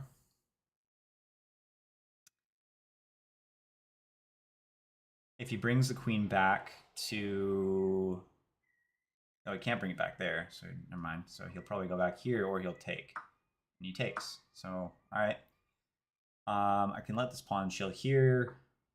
Okay, so he brings his knight out now. He doesn't have control over any of these squares really. I'm thinking I should at this point bring my bishop out or fianchetto the bishop here, so I can eventually maybe push this pawn. Right now he does have dominant control over this square with these three attackers, whereas I certainly do not. What's my best plan here? This is well, it's not like a big critical point in the game or anything, but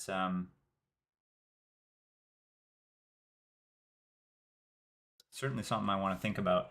Thinking maybe I go here, so that if I go here and I push the knight away, then I defend this entire diagonal, and it forces the knight back to this square, honestly, because he can't go back here because his own knight is blocking it, and he can't go here. Oh, but he actually can jump in here because, as I just said, he actually controls this square. What is the most natural move in this position? Could just do some casual waiting move. Push the pawn. It's decent, I guess. Because then if he pushes this pawn, I can take it. Pushes this pawn, I'll take this anyways. Probably. Yeah. This pawn actually can't move right now because it's hanging. So,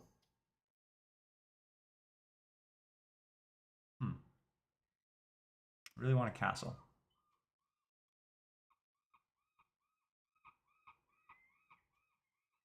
Yeah, this is tough. I'm not entirely sure what the cleanest way to proceed is.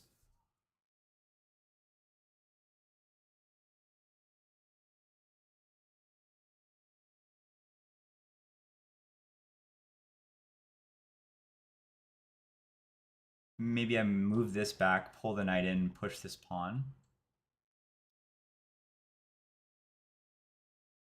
I'm not opposed to that. Right now, can he actually push this? No, I still control the square.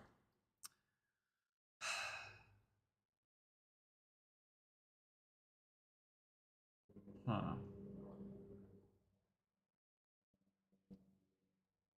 Fianchetto or to go here? I think these are my two moves.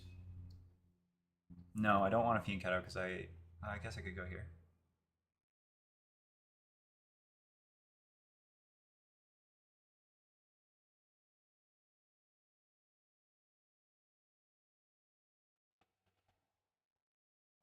All right, I'm gonna pull the bishop out. Oh, that was a 3-minute move. Oof. I'm gonna pull my bishop out, and okay, so he castles. I'll do the same.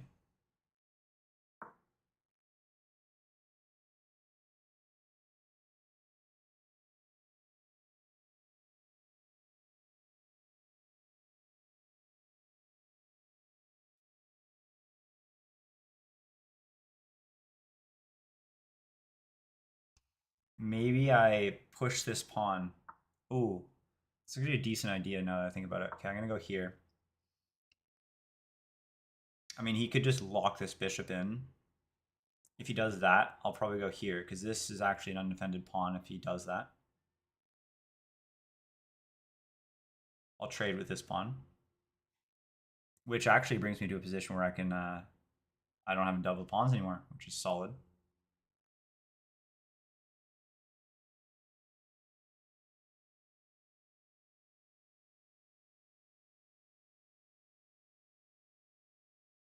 this point I actually also have this move, which is interesting. Could win this. These two squares become very annoying for him. But I can't really defend that pawn in that position.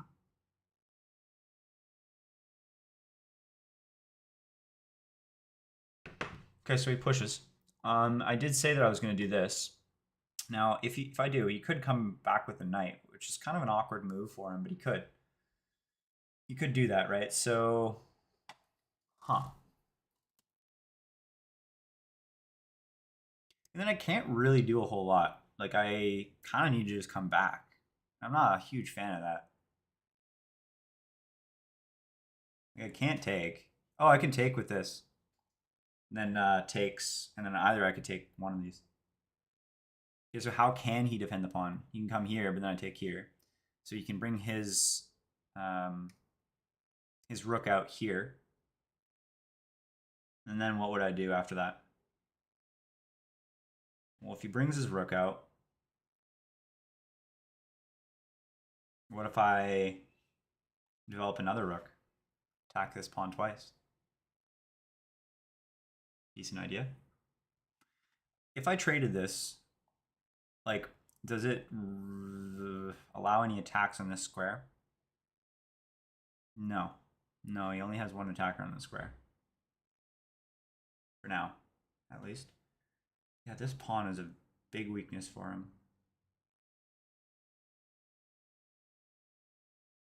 I did say at one point that I want to bring this and push. I still am convinced that's a decent idea, but I think I'm going to go with the immediate attacking move. Force him to defend it. Trav, so we're doing pretty good here. Well, I don't know. This game is half decent, but yeah, I know it's tragic. We've already had a few folks in the chat today.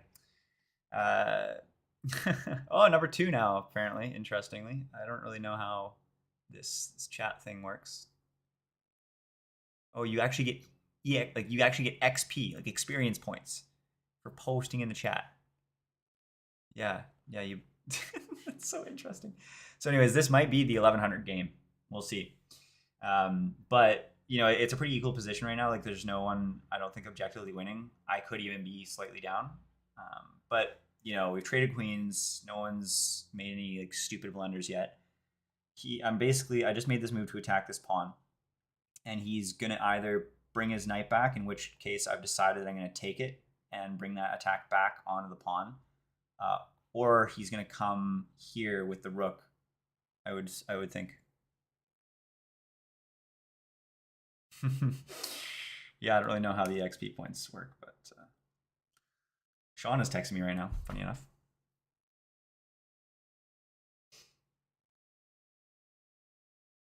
Okay, so he's thinking about this, understandably, because it's not a trivial situation. I mean, these are his 2 options, I think I've deduced. I mean, maybe there's something else crazy that I'm missing, but those are the 2 things, generally speaking, that I'm thinking of. This one I meet with this. If he goes here, I think I've pretty much concluded that I come here with my rook and double up the attack on this, which actually, if I take that, I also attack this, because he won't have a defense on this either. I'm inclined to think that maybe that I'm in a better position here. But of course, we don't know.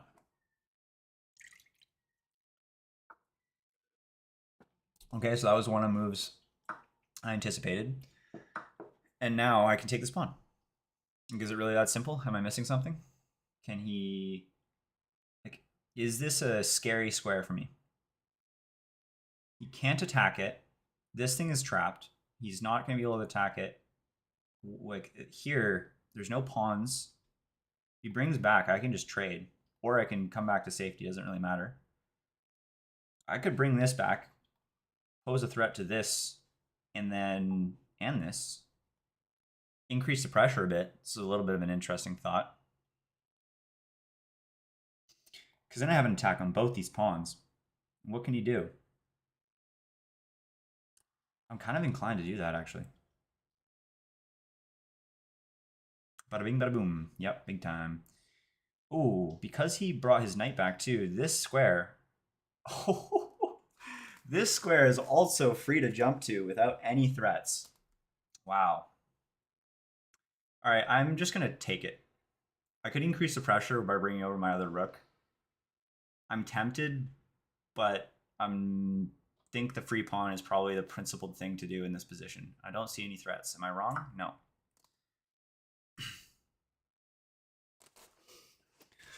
I'm still 3 minutes down though, so we got to keep that in mind. I mean, even though I am up a pawn at this point, I am not criminally. How do I say this? Indefinitely, repeatedly, some word for like every single game. I'm always down on time, and that has posed me problems in the past. So, that last game actually yesterday, where I was about to hit that 1100 mark, I lost. I mean, partially due to time pressure, but of course, many other reasons. But it's something to think about. No doubt, no doubt about that. But I do have a pawn now. It's very, very nice for me. These two pawns are now nice and, well, this one's a little bit weaker. He does have a lot of protection here, but at the end of the day, it's okay. So that's an interesting move. Not entirely certain his reasoning on that one. Maybe he wants to block me in so that he can do, I don't know. What if I just bring this here?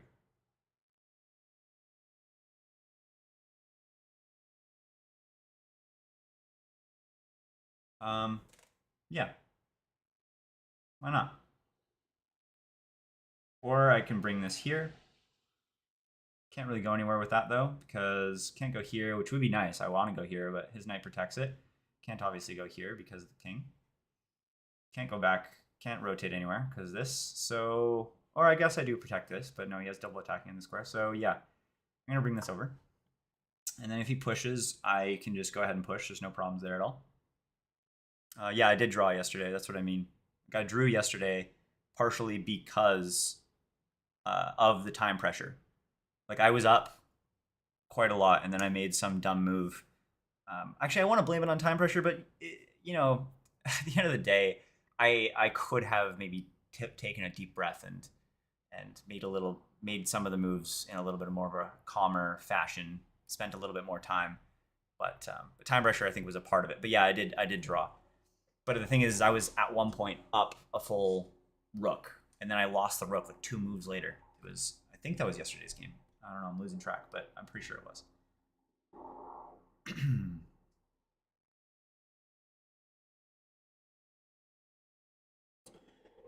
If he pushes, I take. That undoubles my pawns. I take with the pawn. Yeah, I take with the pawn. Oh, but then you can go here. Oh yeah, I misclicked too. That was horrific. I'm still considering buying a new mouse purely because, yeah, like this mouse, I don't know what's gone on. It's only recently that's started being a little bit funky. Like, yeah, I don't really know how to describe it. It's like, I don't know. It's just like sometimes the click button, it feels like it when I have it clicked down. Sometimes it'll unclick itself, if that even makes sense. Like the unactivate itself, uh, like for no or in an overly sensitive fashion. Yeah, I don't know. Okay, so if he does push the pawn, what do I actually do? I mean, he loses the pawn, so he probably wouldn't do that. Hilarious. Okay, so if I take with the pawn, he can't take the pawn back. However, he can push this pawn, and I can't go here.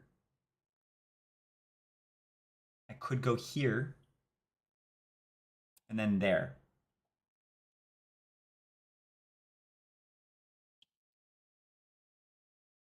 I could also, I mean, this also actually forces him to trade. I think maybe this is a safer bet because I am up a pawn. I'll be up 2 pawns at that point, so he would have to trade here. There's no other option, so he'd have to trade. So I'd be up 2 pawns, and I take back with the pawn. I undouble my pawns. Then it's his move. Even if he plays this, oh, there's no mate because I can come back here with the bishop. So I'm generally okay, I think. This is not hanging because of this rook. I think I'm going to take. And then take back.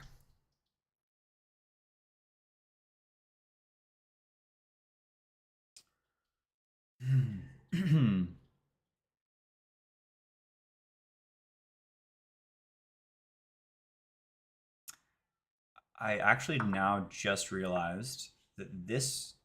Did I say that this was. I couldn't take this because it was defended by the rook? It actually isn't. I have two attackers here. So this pawn was also hanging. This could have been a move that I should have actually considered. 1100. Let's go. He was just fully overwhelmed by my, I don't know, tactical masterpiece. Let's see. I don't know. Okay, 89 accuracy. I will actually take credit for that being a pretty decent game. I did say yesterday that I actually wanted to change my stream up a bit so that I'll do this another time. Maybe I'll do it tomorrow. But yeah, the reviewing process is a little bit suboptimal as far as the stream goes. But I'm gonna take a look at this. How did it go? So generally, I was questioning how early to do the queen move. So this is best still at this point. Okay, yeah, no, I gotta fix this. Maybe I make my camera smaller. Oh no, that's clearly not like the end move. Game over, big time. I did it. So maybe I do this.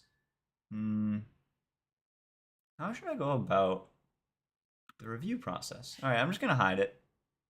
Yeah, I don't know how you're still number 2, Trev. I really don't. Maybe you can't overcome number 1, and number 1 will stay forever.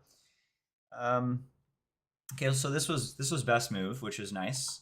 Okay, this was excellent. Actually, I was a little bit surprised with this. Okay, so the knight move here actually was best. So I was questioning this. My reasoning though was I didn't want this knight to trap in my rook at all. In case that he brought his queen out, generally speaking. So yeah, okay, that was good. But here is where I started to question whether or not I should bring out my queen. Now, this is excellent, but it's not the best move. And I'm wondering, let's see. I'm going to go retry this move. And let's see if this queen is, boom, it is. So I was considering this, and I wasn't entirely certain, but I was afraid, basically like what I was afraid of. Actually, I'm going to play this out. Because I really want to know. I was afraid of this. So if I brought the queen out, which was apparently the best move, I was afraid of him bringing his queen out. Oh, wait, no, that doesn't make any sense. At one point, I was afraid of him bringing his queen out first. And then if he takes, let's say that he had another move here. Let's say I just do something dumb. If he takes, then I actually can't go back here because of this. So I would have to either trade, which I don't want to do because I don't want to open up his rook, or I'd lose the pawn if he comes all the way back down here. So that was the reasoning, but it doesn't actually make sense because I got to move my queen first. I was only considering this situation, which his queen was already there. So I obviously missed that. But that's okay. I mean, it's not like it was a bad move. It was just an excellent move where it could have been a best move. So it's good to know that in this position. So let's play another. No. I mean, maybe. What's on my to-do list today? I really shouldn't, though. No. I'm not going to play another. No. Discipline. Okay, so this, obviously best move. I know everything up until this point. So if he brings the pawn out, I know that knight is best move. That was my instinct, and it was correct. Okay, so if he does this, brings the pawn out, knight out. If he brings the queen out, which is actually... Okay, so now he brings the queen out, which he didn't. I was expecting him to bring the queen out, but he didn't. Okay, so now I need to remember, essentially, if he brings the knight out, I'm okay to bring the queen out. Yeah, I know. I might dabble in a game later, but at the end of the day, like, this was a relatively quick game because he resigned, so it kind of gives me a little bit of leeway to play another. But these games, technically speaking, could be up to a half an hour each. So spending a full hour on chess every day is like out of time that I should be spending on on building, a company and all. It's not like I haven't done it. I mean, I've played multiple games in a one day before, but it's just like I do have things to do, so I really should get onto that. Okay, so everything was great. I'm doing so well so far. This is best. My instincts are all terrific so far. Okay, this move I was super confused about because I didn't know. Basically, my ideas were in this position. I play here, which I did play, and you can see it's good, but it's not great. So this is plus zero point 0.4, and the best move I'm sure is something else. So it was either this, or I was thinking of fianchettoing. I didn't want to do this because then if I take, he can just bring his knight here, or here for this matter, because he controls this square currently. So that was kind of my reasoning there. I also could have pushed the pawn, but that I really didn't have any other options in my head. I think I'm just gonna have to look at the best move here. Yeah, I think I'm just gonna look at the best move because I really just don't know. So it was just to push the pawn. I mean, like, okay, I think generally I'm okay with my good move. Like, I'm okay with that. Okay, so this is also good but not great. I wonder like if this was the best move just to push the pawn again. They really wanted me to push this pawn. Like, I'm wondering what it was protecting. Like, let's go back here. So this was a good move. And now, what's his best response to this move? H5. But that doesn't have anything to do with the pawn.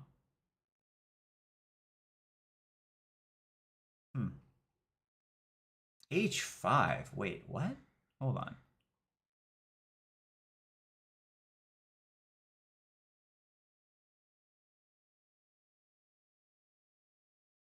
I mean, obviously it attacks this, but why am I like that concerned about it? Like, why is this pawn? This like I know this pawn's gonna go there eventually, but like, why did it needed to be there in the beginning? This is where like a chess coach would be super helpful to understand like why this pawn move was so important to do with before this bishop move. I don't think I'm gonna be able to figure this out though. I mean, it doesn't like I can't connect these two dots really. Yeah, I don't know, man. Yeah, I don't know. Okay. Whoops. I think I just flipped the board accidentally. All right, so let's move on.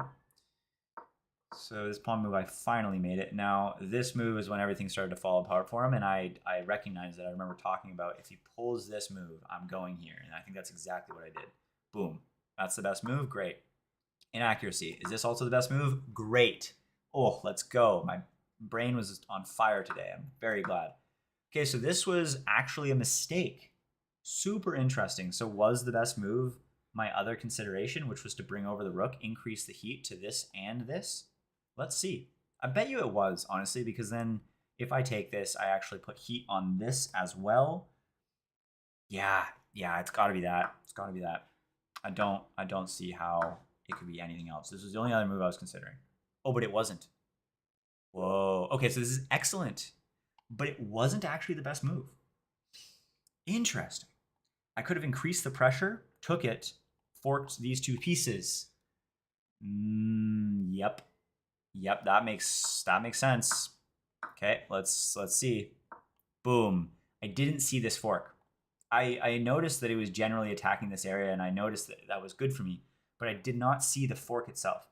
So this threatens fork, which is a really it's a solid threat. That's bad, very bad for him. It also actually threatens this. So it's kind of like three pieces because basically what he would do in this is he would move here, probably defend it. I mean, let's see. Is this the best move? I don't know. Because this is excellent. So this is probably what most reasonable people would do. And then I actually could take it, and then I attack these two. So I'm already up 2 pawns. Okay, so I mean it was a mistake to take here, right here, but I was still in a winning position, and I knew that it wasn't like catastrophic. So yeah, but then he made another mistake, and then I capitalized on that. So it's just like boom, boom, pow. Yeah. Then he resigned. He's just like, all right, I'm done. 2 pawns down, no way of coming back. This one's super weak. Yeah, I mean, I get why he resigned on this in this position. So, okay, that's terrific. I'm yeah, I'm happy with the result there. All right, back to work. Back to work, main. Okay, so um, as I mentioned in the beginning of the stream, a lot of my work today actually has to be off screen. So I'm gonna mute this one, or not mute, but oh, it's actually 1 p.m. Maybe I should grab some grub. I also got to stretch at some point. I'll be right back. Just change it back to this. Oh wait, that doesn't matter. There we go.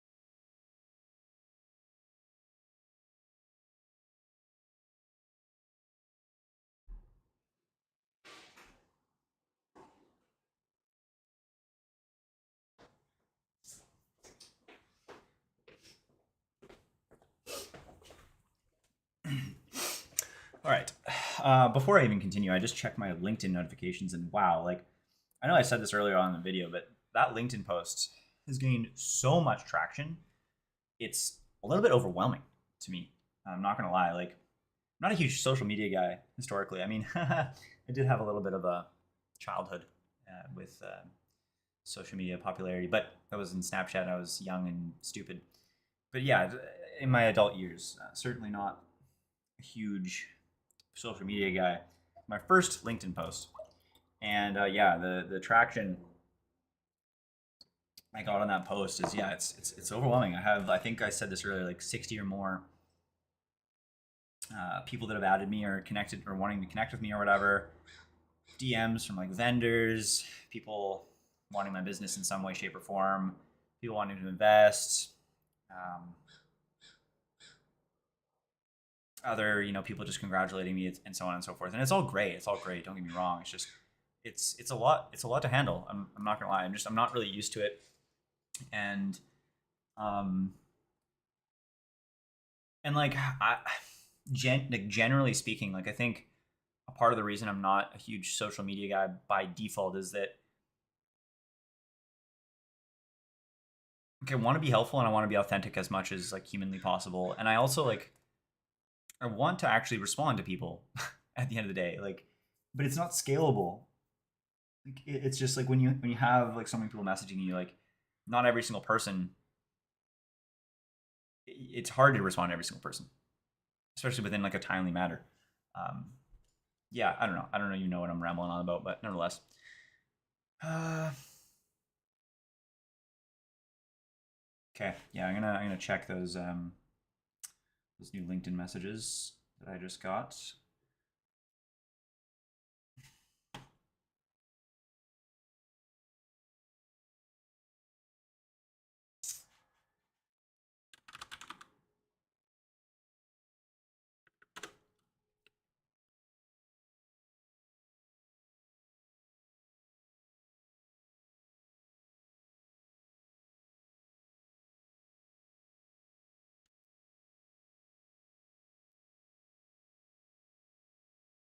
Oh, I was actually super happy though. Somebody, a UBC student, fourth year UBC computer science student, reached out to me and wanted some advice on navigating the job market. So I asked him to toss a half an hour in my schedule next week.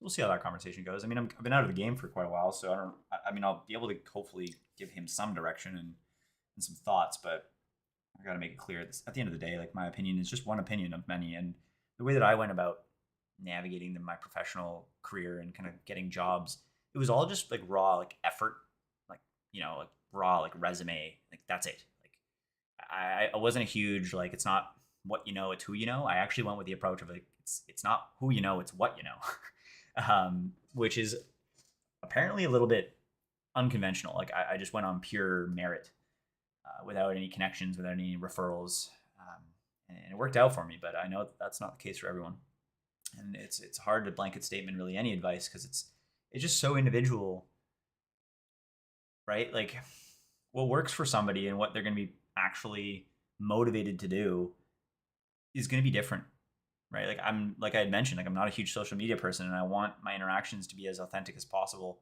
and reaching out to people just like for the sake of connecting and like kind of making my way through the professional world and getting referrals, it didn't really seem authentic to me, which is why I never really kind of went that route. But I recognize that there's value in that, and of course, that's maybe a bad perspective to have at the same time. I mean, it's not like reaching out to people just for referrals. It's never just for referrals, and you can learn something from everyone. So there's that piece, of course. But the underlying motive, I think, is kind of the referral piece. I mean, I could be wrong. I don't know. Maybe I think it depends on how you approach it. All right, ramble over. Let's. I'm just gonna focus on what I'm doing here. So have a girl message me on LinkedIn.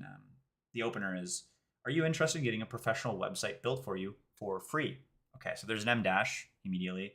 A little bit of a interesting choice. I mean, I love M dashes. I use them all the time in all of my communications prior to the AI age. Now I deliberately try not to. It actually is such a hindrance. It bothers me, but that's okay. That's okay. I can get away with no M dashes, but it's it hurts my heart. M dashes are such a powerful tool, and AI has just completely ruined them for me. I can't even put them in any of my communications.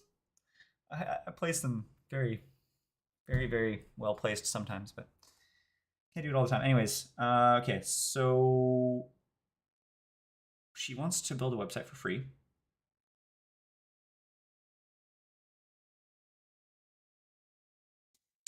And she's a web developer with an agency that builds websites for people with no cost. To date, built 30,000 free websites, 30,000 or more free websites. Free website program is highly rated on Trustpilot and G2.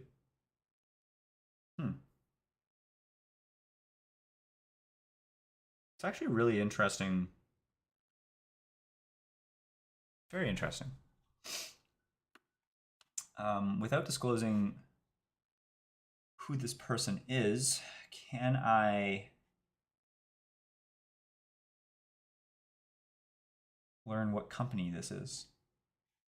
Unfortunately, she doesn't have any company details. I was hoping to start sharing my screen again, just so I can show you what I'm looking at here. But unfortunately, she doesn't have the actual company listed. She looks like a freelancer.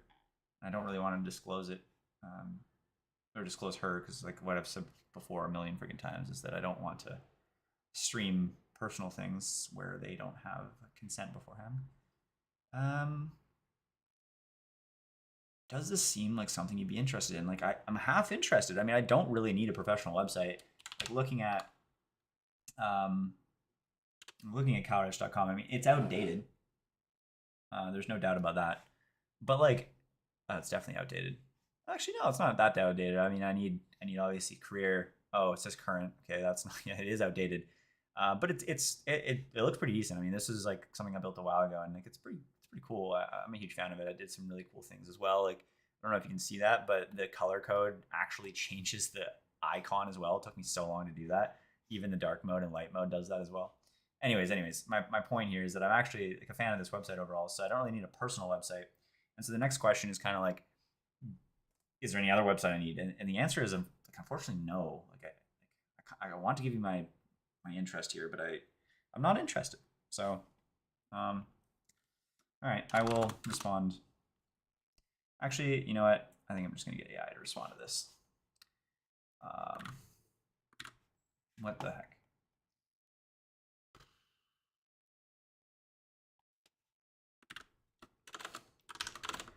Respond to this LinkedIn direct message saying that really appreciate the offer and respect what they're doing, but not interested. Hope they have a good day. Something genuine, appreciative, but dismissing the offer and not pursuing it.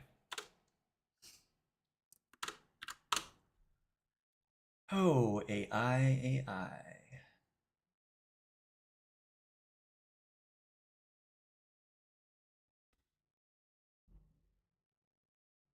Wait. Oh, okay. Nice. I exposed the first name, but that's fine. We don't care. First name's fine. All right. Oh, okay. That's unfortunate. I have to. Um,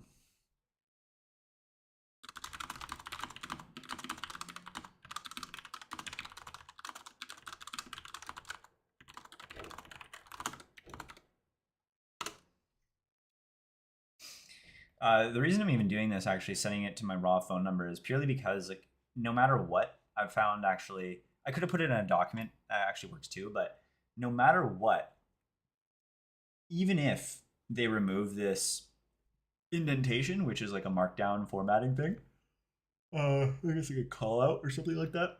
Even if there's still a small white space that gets copied over. I don't know if you can see this. Yeah, you can on the screen. Yeah, small white space that gets copied over, which isn't desirable.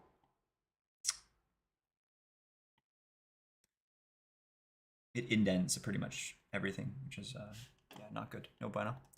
No bueno. Oh yeah, the every single day I'm considering more and more getting a different camera because the low light on this is just it's not good. And then the problem is that if I increase the exposure, the background just gets so blown out. Is it a matter? Maybe I should ask Trav. Trav is in the chat right now. I'd love to ask him this question, but I wonder if this is like a fixable thing. I'm sure it is. I'm sure it is. Okay, sent to my phone. All right, where's my phone? Nice, here.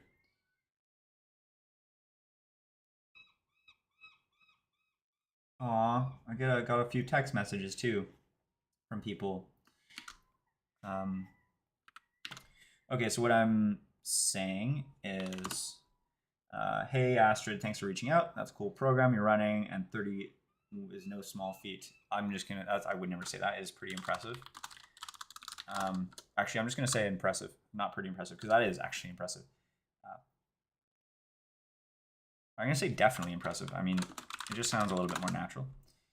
I'm all set on website front, but I appreciate you.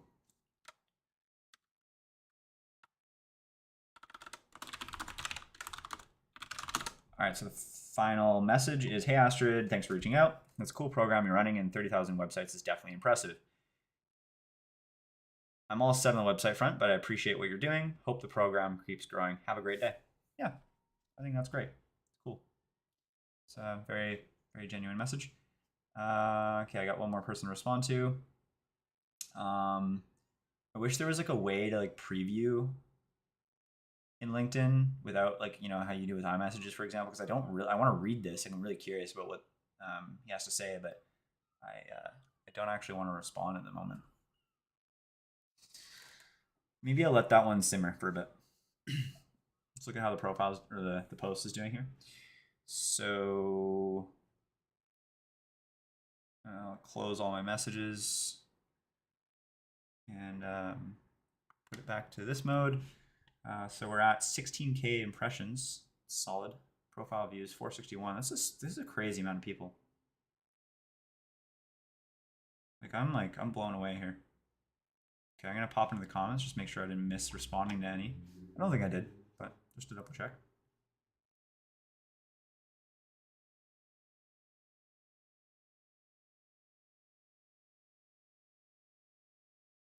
Yeah, this made my my morning reading this. Yeah, Tammy Velkamp. She was my science teacher in I think 9th grade. But yeah, never forgot about her. I think actually she popped into my head the other day for some random reason. But yeah, lovely woman. And I always remembered. I mean, I had a lot of a lot of my relationships with professors and teachers throughout my life have been kind of more person to person rather than student to teacher. But her especially, I think like we had this mutual respect even in the ninth grade, which is kind of weird. Um, and yeah, I don't know. She always treated me human, and yeah, she also pulled me aside for like this. I don't know, give me advice on something. Let's say that. Yeah. Anyways, yeah, lovely, lovely woman. Um,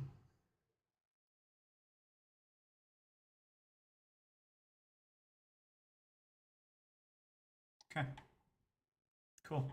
Well, this first post was a huge success. Let's go back into offline mode, and I gotta review that legal document that I've been talking about literally all day, and I still haven't done it. Even talked about it yesterday. Like I've been putting it off. I think. Well, no, I haven't really, to be honest. But it's like to a degree, it's just like a big document. Like such a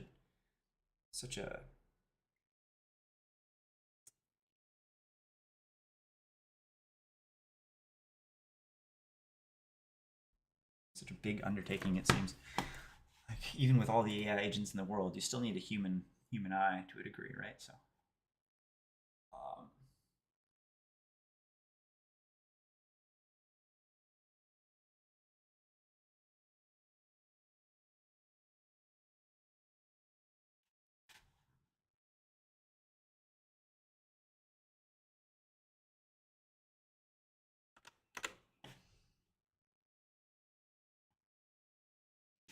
okay. Oh shoot. Oh no, I just forgot my laundry. Oh my gosh, I forgot my laundry. I'll be right back.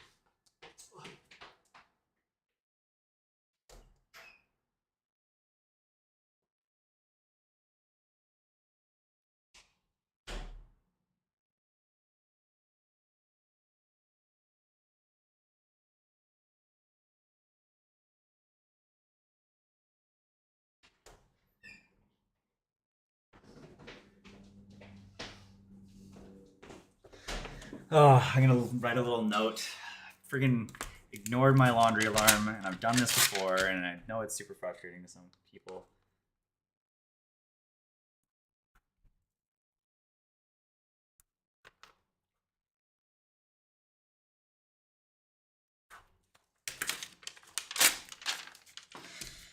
Okay.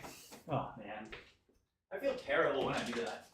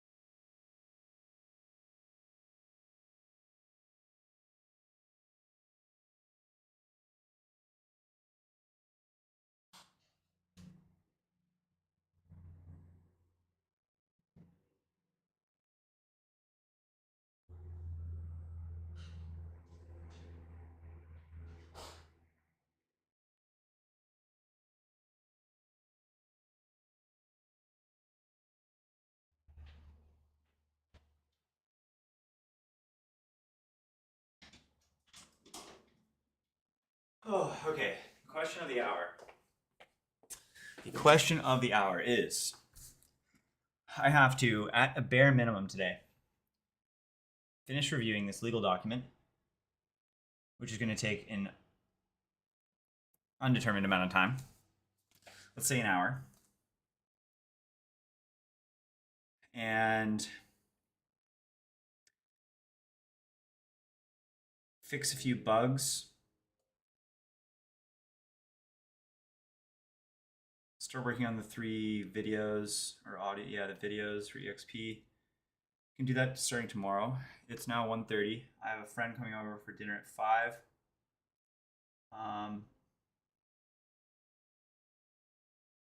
Yeah, I think that would be ideal. Let's actually message him. I know he wanted to come over earlier.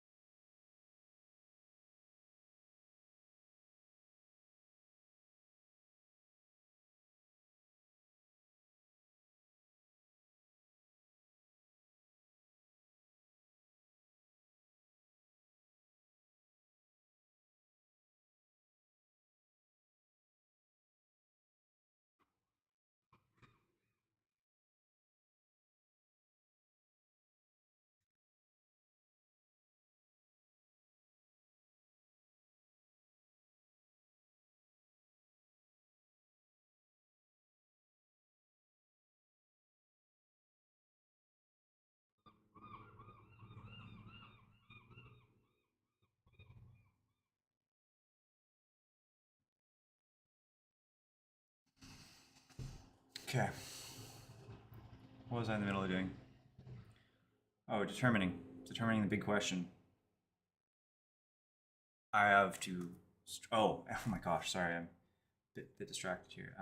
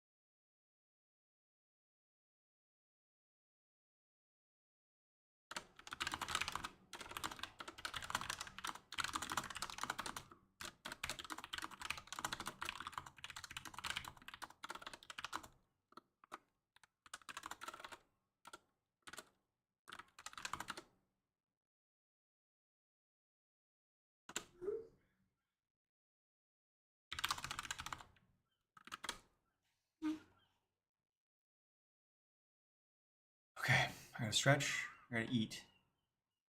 And I gotta review this legal document.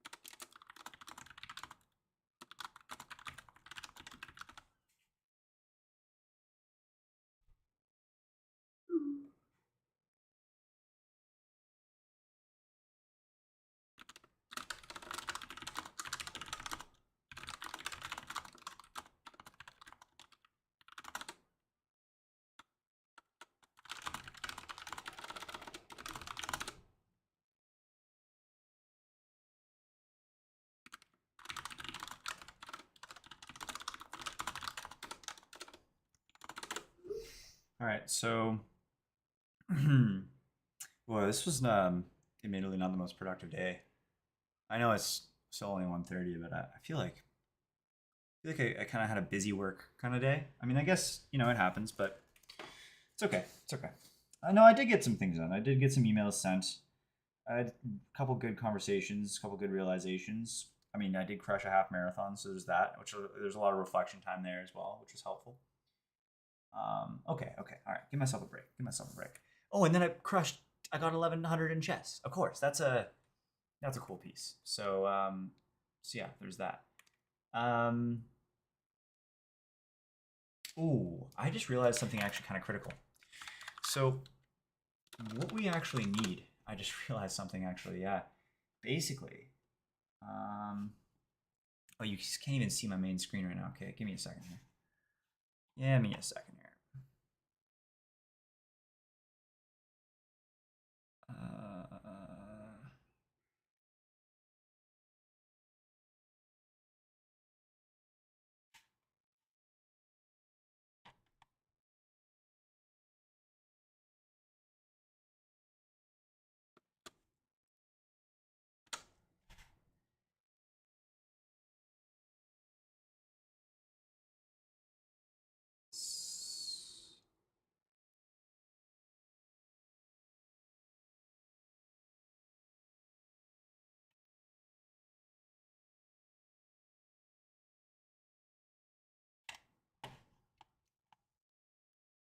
all right, so yeah, I just realized a gap in my video processing pipeline, which is actually a little bit critical. I mean, yeah, no, it is. It's completely breaks the system. So I'm gonna walk you through what that gap is, and I'm gonna ramble on to AI, see if it can fix it. Yeah. So basically, what happened was this morning I quit OBS because I installed a plugin which needed OBS to reload. Now the stream continued on. So there's one stream link, not two separate parts, where there is sometimes two separate parts. There's like a part one, part two, because of either a crash or a break or whatever. Now, that's a reasonable scenario. And I've actually baked that into the whole pipeline. The pipeline recognizes when there's multiple streams and it adjusts accordingly. If we just pop in to that stream channel for a sec, you can actually see, like part one, part two. So like these names are actually, I think this name I came up with, this title, but I think this one came up with from the AI actually generated this title. I think completely. Yeah, I definitely didn't come up with this. The descriptions all still works. Chapter still works, and blah blah blah blah blah. This goes on. The video processing pipeline can handle that quite smoothly. However, today is sort of an interesting scenario, and I want to bake this into the logic because I think it's going to happen again if I'm not lying. Um, the fact that leaked secrets has the most views here is a little bit concerning to me. I did rotate them though, so it's not that big a deal. And it was all beta regardless, so it's whatever.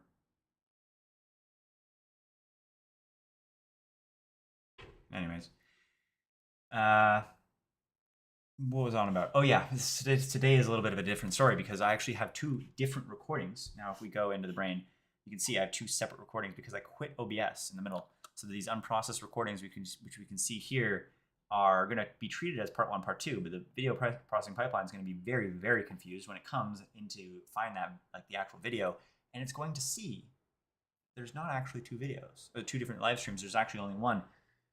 It's a little bit of a unique situation though, because basically, if we look into the pipeline itself, uh, where do we need to go into? We need to go into cron and skills, then video processing pipeline job, and steps. Now, you'll notice that I actually don't remember exactly where it is. Yeah, I don't know where it is. Basically, but I know for a fact that finding the stream happens later on, not originally.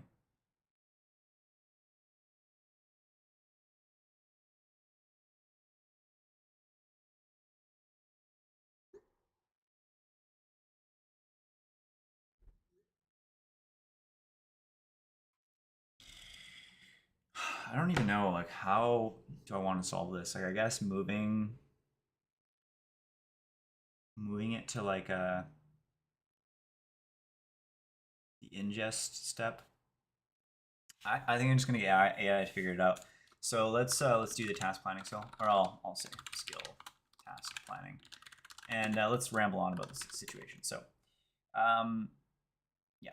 So basically, we have a little bit of an intricate scenario here, where right now the video processing pipeline correctly handles scenarios where if there are two videos on any particular day, it assumes that that's actually two separate streams for that day.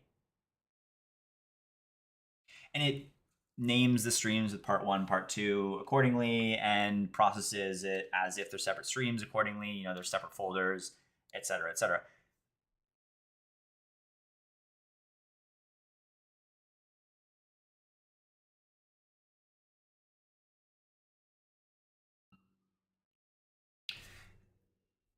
Okay, so I'm gonna finish that recording, and you know I'll paste that in there. But I'm really starting to think, like, is this an exception that I even care enough about to fix? Because this is a one-off case. Will it happen again? It's a good question. I think it will happen again, but will it happen again enough to make the additional complexity worth it? Potentially not. But the thing is if it can't handle the situation, then I need to deal with the fact that I have two separate videos. Ooh, maybe I just download the stream, put that in unprocessed, download the stream from YouTube because it's a single stream. Download the stream, yeah, download the stream from YouTube, put that into unprocessed, replace these, call it a day. Because the only reason I'm even recording locally, because you can actually download the 4K from YouTube, is purely just for like the fact that I have that ability to add in and out markers, and those in and out markers for any particular reason that I add them are not tracked in YouTube. So if I download the video from YouTube, those in and out markers will be lost, and so that's why these videos exist. However, I don't have any in and out markers in today's stream, and I probably won't at this point. So, and this thing doesn't actually run until 11 p.m. So in theory, I could end this stream, download the whole thing, put it here, and the pipeline would actually work completely fine. I'm actually thinking that's the move. Keep the pipeline straightforward, non-complex. Yeah, I think that's probably the move.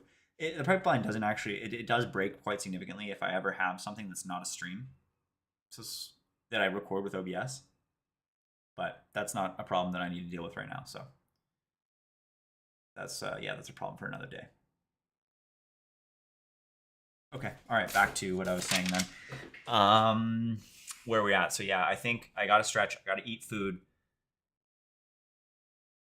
My friend comes at around 5. I stand up at 5:30. I have 3 hours to do all this plus review this document. I gotta review this legal document. That is my top and only priority right now.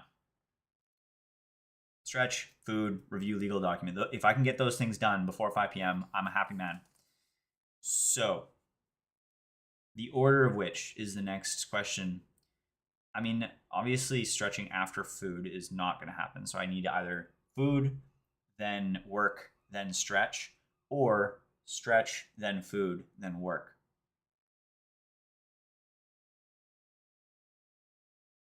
Two options. Stretch, then food, then work. Done deal. Which means this is pretty much goodbye. I mean, I'm going to toss up the be right back screen. But even when I'm back, I mean, I'm going to black out this screen if I'm being real. And I'm going to be reviewing a legal document just because, I don't think that's something that I should be streaming publicly. Nevertheless, yeah. Yeah, okay. All right, I'm going to toss up the BRB and I'll be back in, I don't know, I'm going to stretch for probably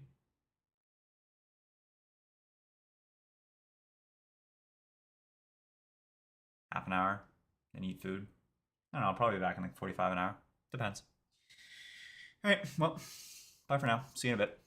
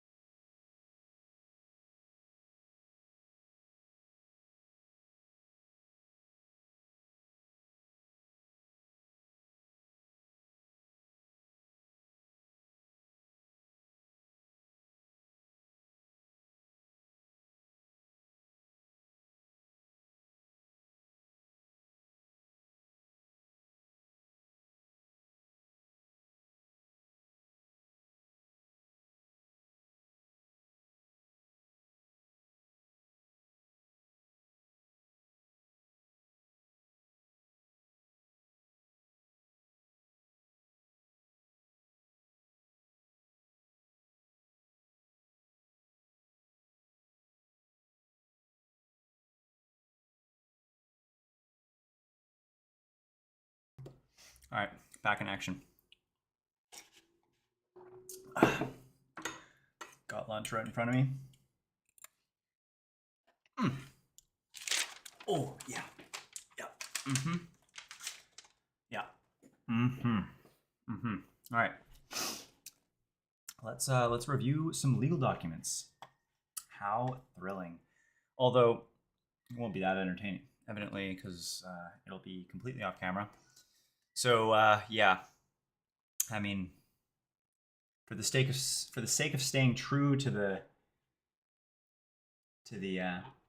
streaming almost my entire workday, I'm gonna keep streaming, but it won't be too entertaining of the remaining of the day, I must admit. Yeah, a friend comes over at 5 for dinner. I got stand up from 5 till 5:30, and then once that stand up's done, I'm just gonna hang out with my friend, make him dinner, and yeah, and then probably wind down, head to bed. Honestly, I didn't get the best sleep last night, so I'm gonna try to get to bed a bit earlier tonight. Plus that um, half marathon this morning. Obviously, got to get some rest to recover from that. Anywho, all right, where the heck is?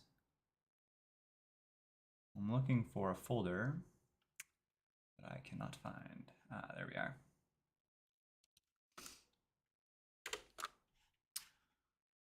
Markdown. What a beautiful, beautiful invention. Is it really an invention? Is that even really what it is? Anyways.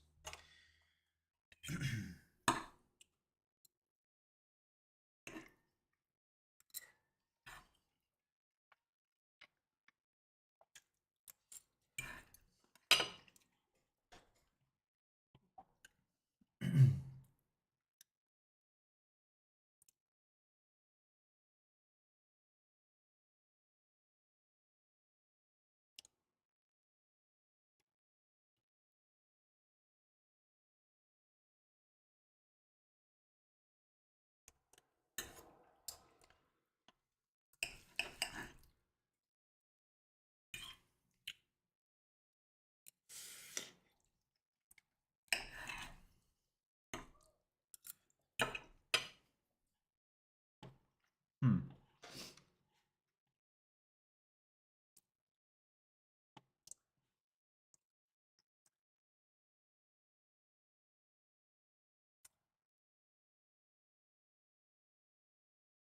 I have a feeling like this is going to take me probably the full hour and a half. Legal is so annoying.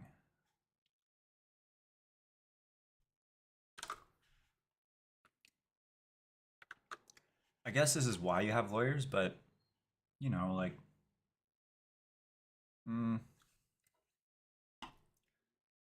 huh?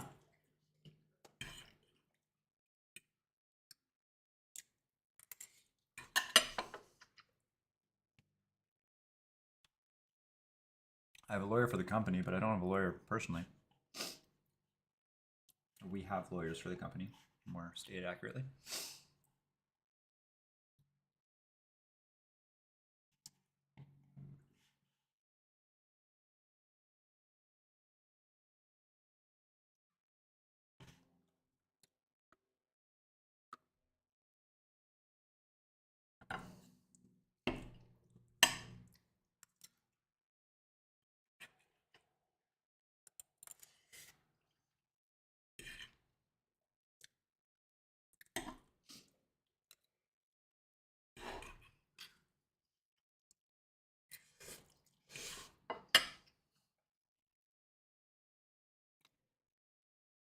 Hmm. Napkin.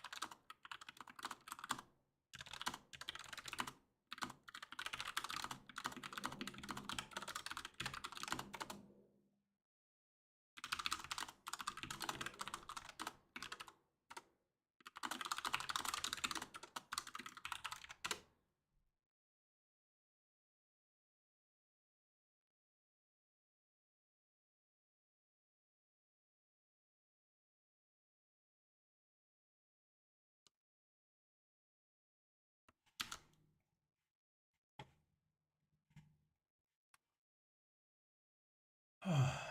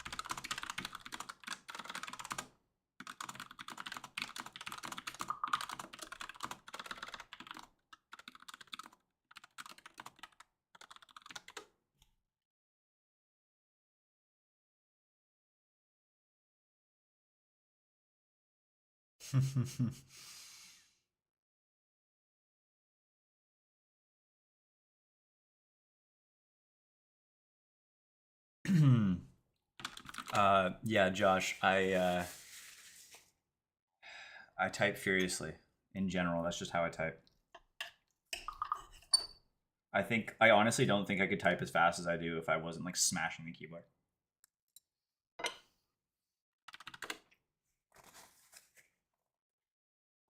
I should actually do a typing test. I can't remember what it was. I remember it was like somewhere above the high range. Typing speed ranges.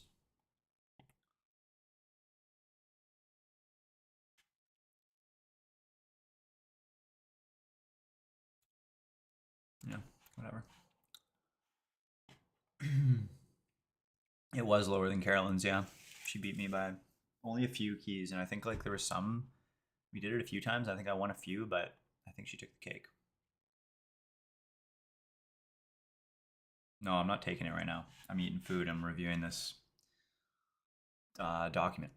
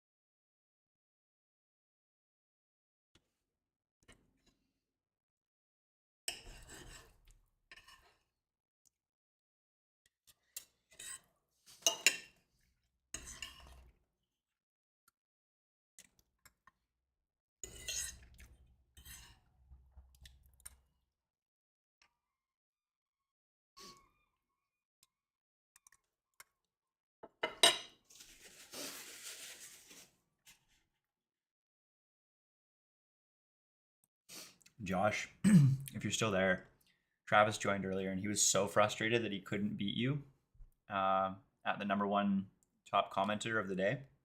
For some reason, you locked the position so hard, and no matter what he tried, he just couldn't beat it. So if you're actually watching the stream right now, um, wow, it's just so much easier. Are you actually watching the stream? Give me like a yes or no. Because then I can just talk and explain my thought process.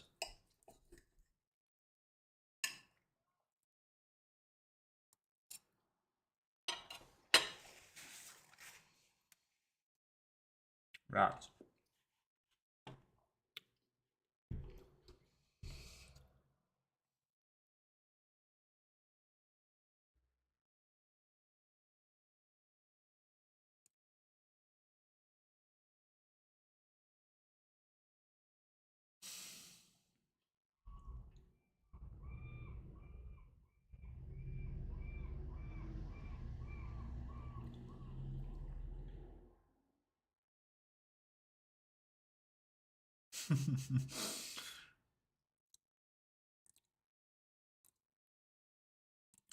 I'm not going to actually bring this up. Oh, wait. Never mind, you're not even there.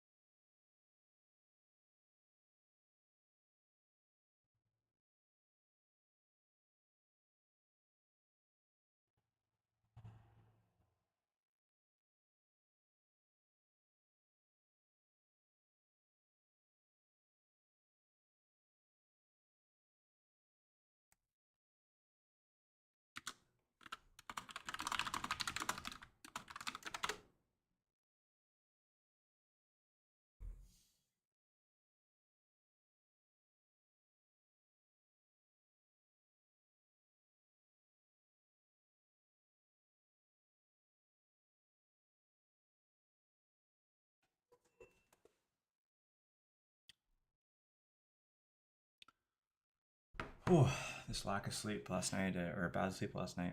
A little bit of a lack, I guess. Got like 6 hours. Starting to catch up on me here. I'm getting pretty exhausted. Oh, need like, oh, need a new shot of energy.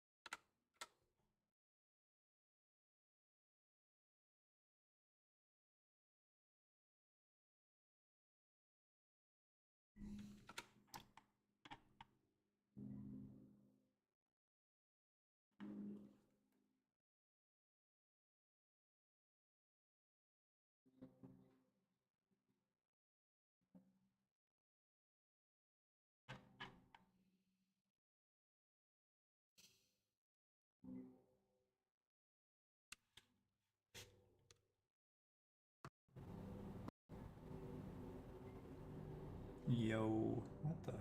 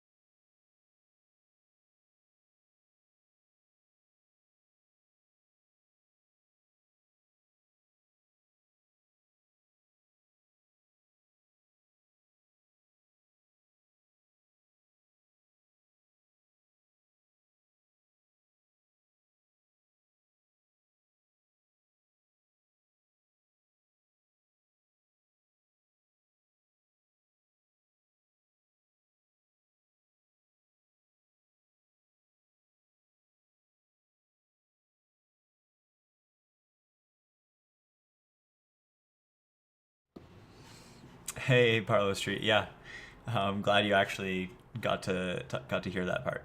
That's hilarious.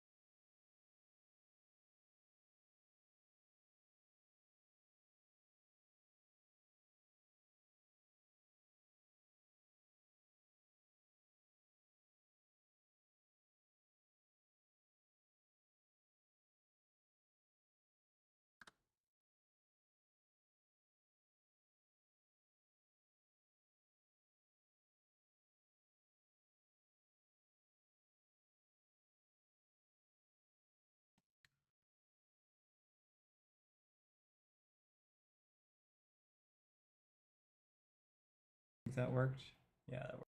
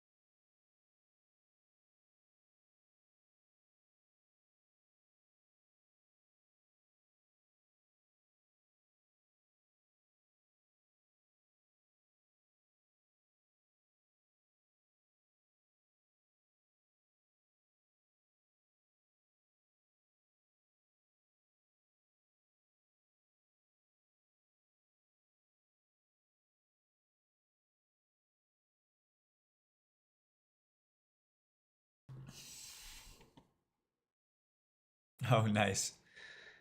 Yeah, that's great. Yeah, you mentioned, I think at some point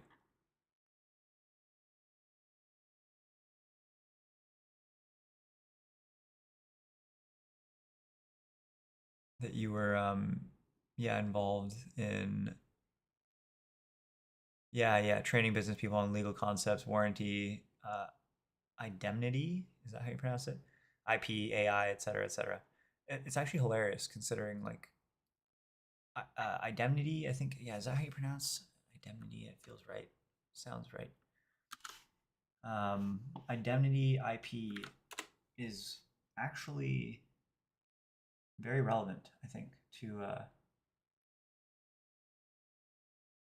what I'm looking at right now. Hilariously enough.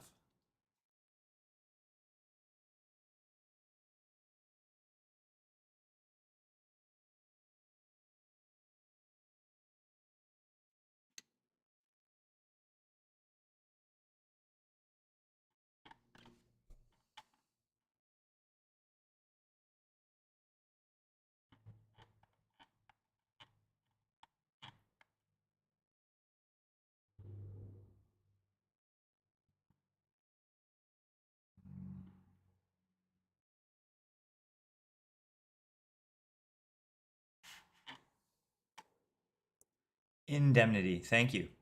Thank you. You've probably saved me from an embarrassing moment at some point in my life by correcting me there. I appreciate it. Indemnity. What was I calling before? Indemnity. Yeah, indemnity. I don't even know what I was saying before because indemnity. The idea of someone. Yeah, yeah.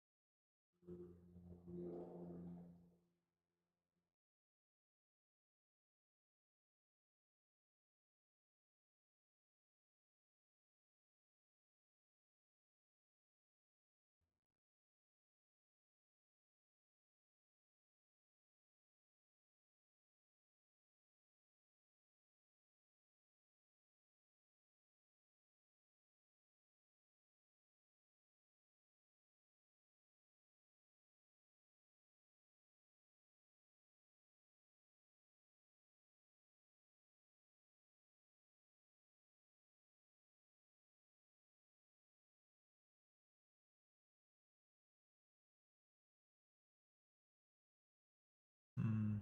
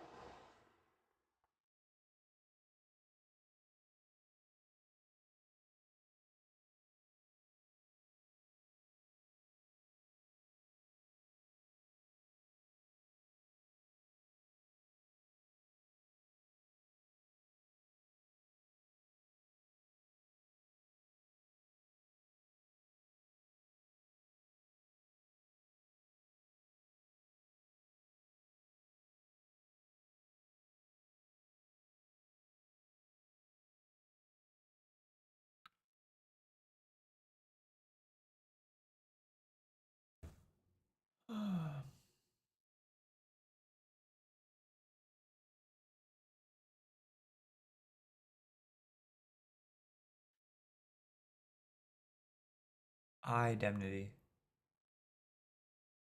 is what you were saying. Oh, oh my gosh, that's hilarious. Indemnity? Was I seriously saying that? Oh my. Wow, yeah, I'm very glad you corrected me then. I'm surprised, but I was just completely missing the N. Like, not really sure how. But anyways, okay. Um,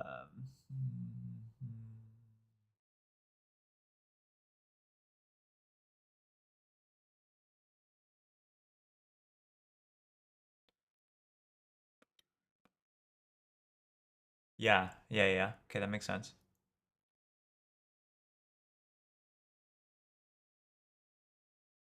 Yeah, no, that makes sense.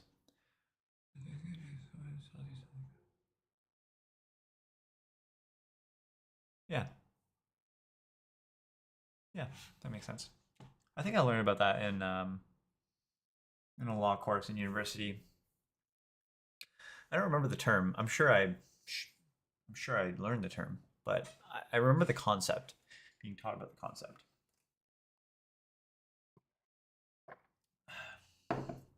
Thank you for taking the time to type those out and help me understand. Appreciate it.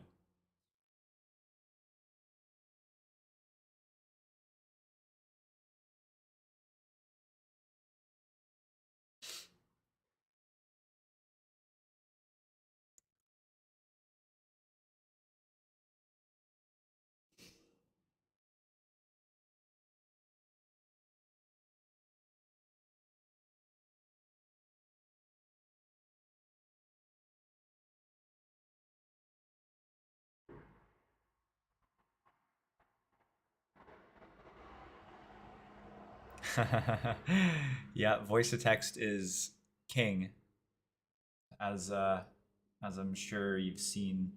I agree with the usage of it. Just out of curiosity, what's your flow for using voice to text? Like, what software do you use?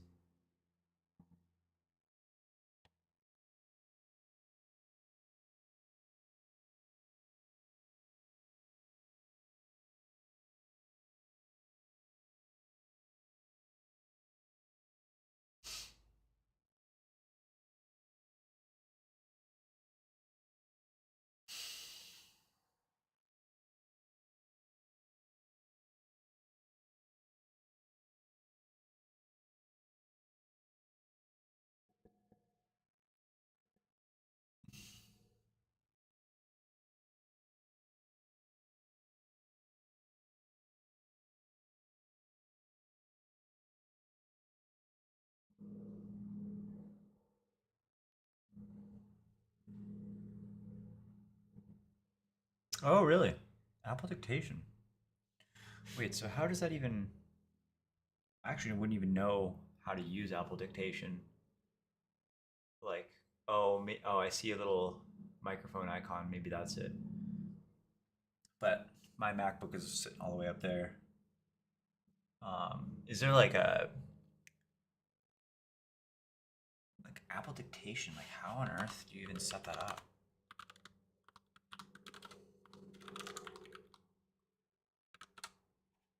Ah, I'm not even gonna bother figuring it out. Well, if it works for you, then it works. If you're ever interested in sort of the setup where I have, where basically, I guess you can't see on the screen, so I'll show it on the screen. Basically, I have a keyboard shortcut which opens up this window, and I could talk for as long as I want, and then I can click enter, and then it transcribes it. I can go ahead and like edit things if I see fit, and then I have it set to yeah command and then enter to copy that to my clipboard. And I can do the same thing over and over again. And then in addition to that, there's also a history of dictations as well that I've set to a separate keyboard shortcut, so you can actually go through all of the dictations. So yeah, if that's ever something that would interest you, I can show you what I use. But it's all free too. Or wait, hold on. Maybe give me a second. Figured you mentioned the name. I'm sure I have at some point, but you probably weren't here. Let me just quickly check. Here, I'll share my full screen of finalized reviewing this law document. So let me put that back there. Yeah, give me a moment. Okay, that's good.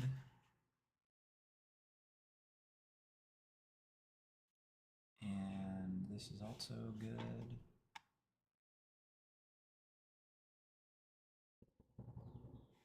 Cool. All right. What do I use? That's a very, I use Raycast. Raycast.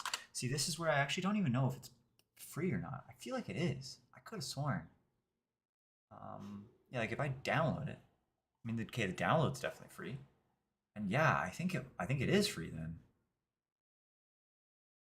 Yeah, yeah. Okay, so yeah, not price sensitive. Okay, well, funny enough, actually, what I'm about to show you is completely free. So, yeah, even if you were price sensitive, you're good to go. So yeah, my voice setup. It's funny too because I've actually tried paid softwares and I ended up coming back to exactly the flow I have right now. So I take that for what you will. I haven't tried like that many. Haven't done too much of extensive research, but I use I use Raycast. So you can.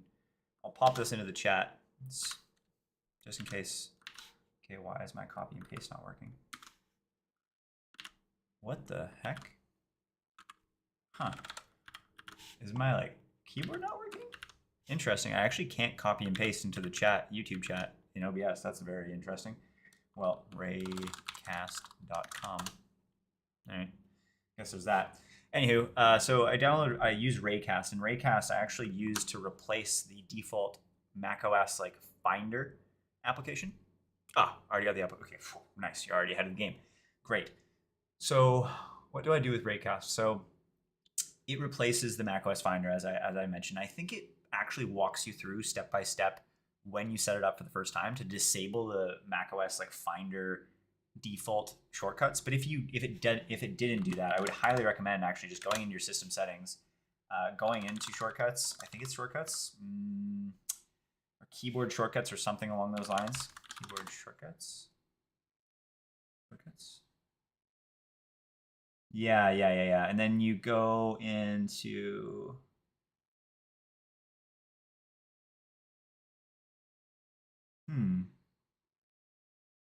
Spotlight. Here we go. So basically, Spotlight by default has these shortcuts, and I replace Spotlight completely with Raycast. So I use Command Space as the trigger to open up Raycast. Anyways, that's just what I use to open up Raycast. And then you can download if you go to Raycast, I guess Raycast settings. So you don't need Raycast Pro. I do purely just for actually now that I think about it, I could probably unsubscribe at this point, but nevertheless, I use it mainly for the cloud sync feature just to sync it to my other laptop. But no, anyways, so extensions. I think you maybe click the plus button, install from store, maybe, but it's called I think Whisper Dictation. 99% sure this was completely free. Yeah, I'm gonna go with 99.9 actually. And once you have that installed as an extension, then you do have to search up download Whisper model. And then it asks you to download whatever model that you use. I use Medium English just because it makes sense for me.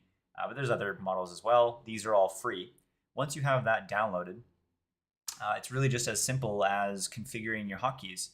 So the reason I have, I guess, Option Shift V as my hotkey is because I like to assign generally hotkeys to things that make logical sense in my mind so that I can like learn them and never forget them. So the reason I chose V was for voice. However, of course, there's a little bit of a nuance here is that you can't just choose like a really simple shortcut because Command V is by default to paste. And then Command Shift V is paste without formatting. And I use those shortcuts quite frequently. So the only thing I was kind of left with was like, okay, like if I can't use Command Shift or Command V, then I'm going to just move my thumb over one to the right. And my hand, it actually looks a little bit awkward. It kind of looks like this when I'm doing the shortcut. But yeah, it works. It's big enough to fit the shortcut. So I have Command Shift V, but of course just choose whatever you see fit. And Command Shift V is exactly, or sorry, not Command, my apologies. Option Shift V is exactly what pops up this window.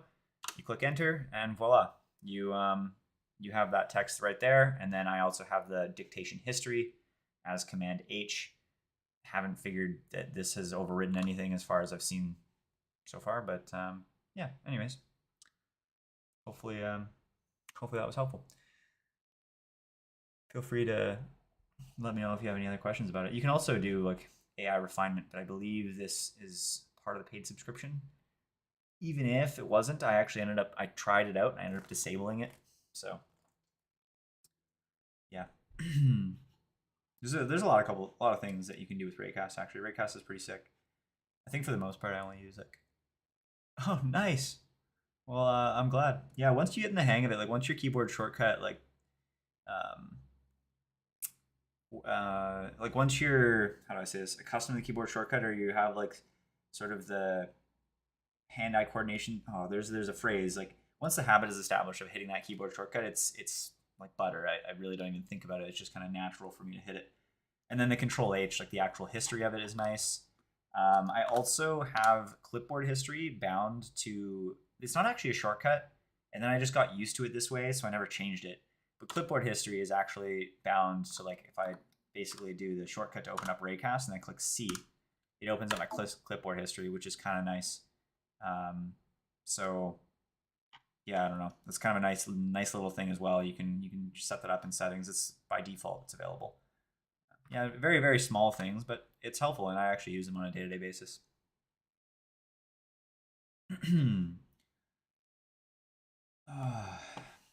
Okay. So I got half an hour till stand up, and my friend comes. The kind of question is like I'm honestly checked out for the day. Like I didn't have the most productive day, admittedly. Well, I did accomplish some things, and I had a good run this morning. But yeah, just kind of one of those days where I feel like I just got a bunch of busy work done, and I didn't even touch code barely at all today. So tomorrow I'm gonna crush it. I'm hoping. But regardless, today, yeah, it's kind of the end of the day. It's 4:30, 30 minutes until my friend shows up and stand up starts. And so I'm kind of thinking maybe just maybe I can squeeze in a chess game. But the thing is if it runs long, everything kind of falls apart. Why don't I just like toss in a 5-10 chess game? Okay, yeah. I'm gonna do that. I am gonna play chess, but I'm not gonna play 15-10, which is what I usually do.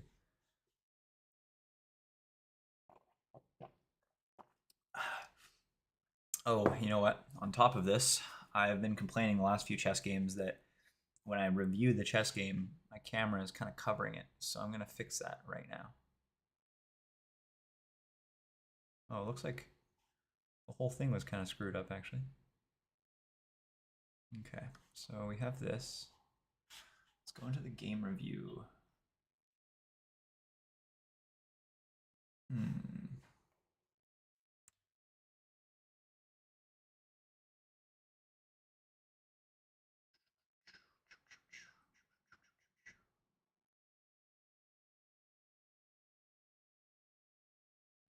Okay, there we go. Game review.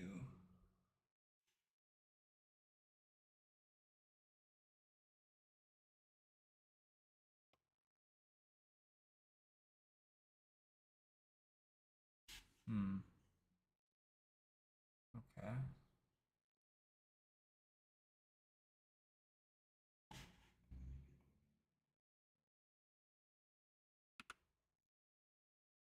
Maybe I actually just go ahead and create a completely different OBS scene for game reviews. Half considering that. Yeah, maybe I do that.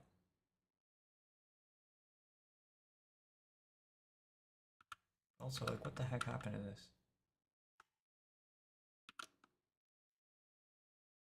Is this how it was before? Seems wrong.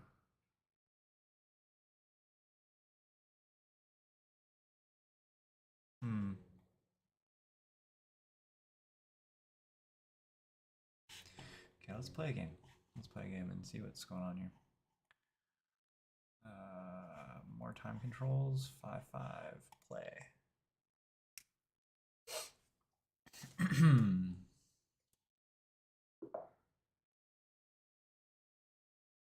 Interesting. I'm not even using the full OBS screen. It's like artificially smaller than it could be. I want to almost take I think I'm going to take a screenshot of this exact position so then I can replicate it later without even being a part of a game. Perfect. Okay, nice.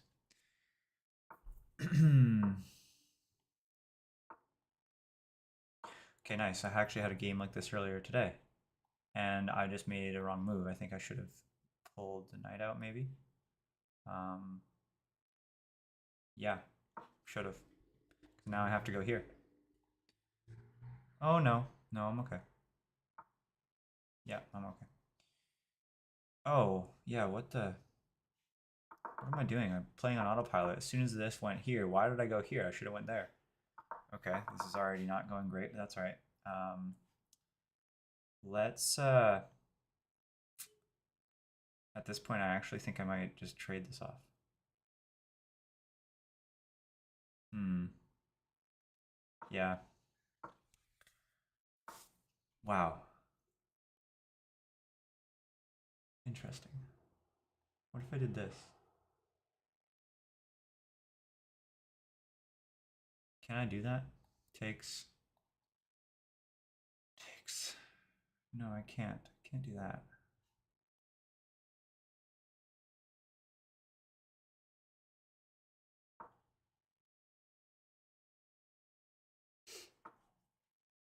Hmm. Takes.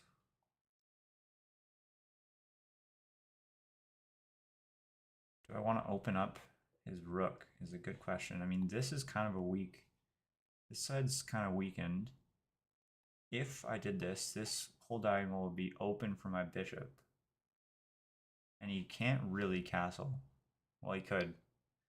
Okay, this is also a 5-minute game, so I gotta think faster here. I think I'm just gonna do it. I'm actually not convinced that was good, though, to be honest. Yeah, but that's okay. I'm alright with it. I actually go here. Interesting. Interesting.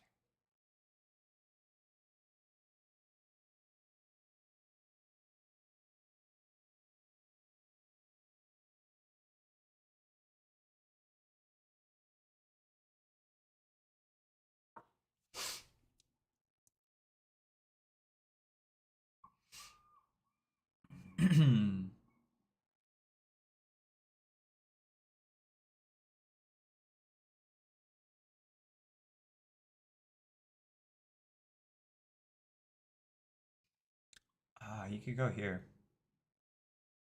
Forces me to move. Oh no, I guess I can move this back. Interesting. Huh. Very interesting, actually. What do I do with this?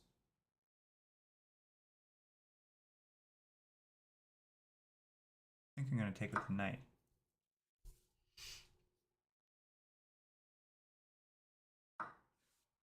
Wow. Okay. That's questionable. But no complaints. If I go here and he pushes, oh, I can't go there because of this. I mean, I could, in theory, go here, actually. Then if he pushes, then I could take with check, which gives me time to then move back. Then I would have to take with this. Or I can move in. Nope, because then he takes a pawn.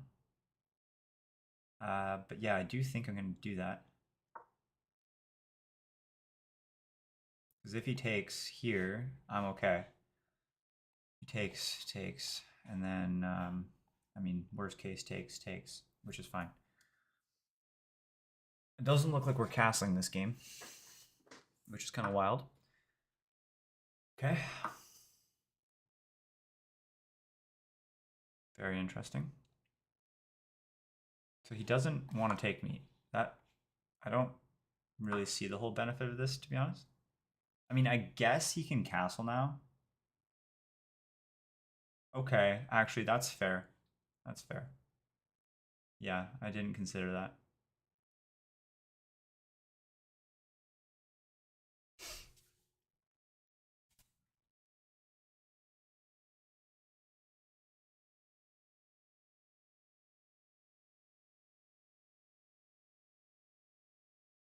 Hmm. Now that he doesn't have a queen, I'm tempted to actually castle here. Wow. What was that move all about? Just to connect his rooks without castling? Huh. Interesting perspective.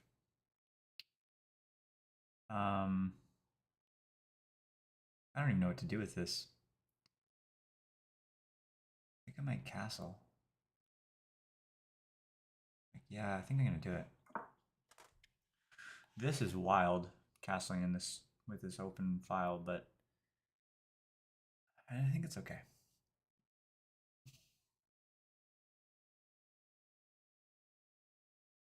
Oh yeah, I'm tired. Oh my gosh.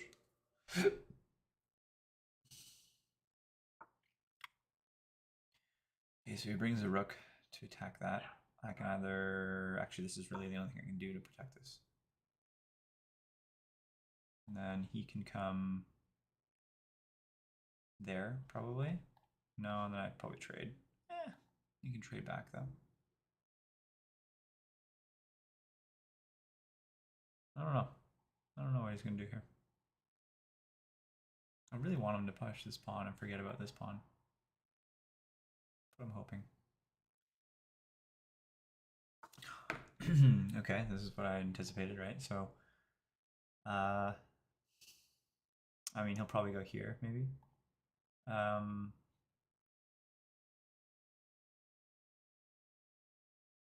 if I trade, he his pawn now comes here. I don't really want to trade. What if I just push him out? Then where can he go? Go there, which hits this and this. I can slide over, protect it, which puts me in a little bit of a defensive position, and this actually. Okay, that's not great. Oh no, he can't go here. Never mind. Obviously, it's protected by this. He can go here, which is a fork. Ooh, that's dangerous. Um, yeah, that's actually really, really dangerous. Okay. What if I go here? Or maybe I should just take. It's kind of hard. I got a min in 30 seconds.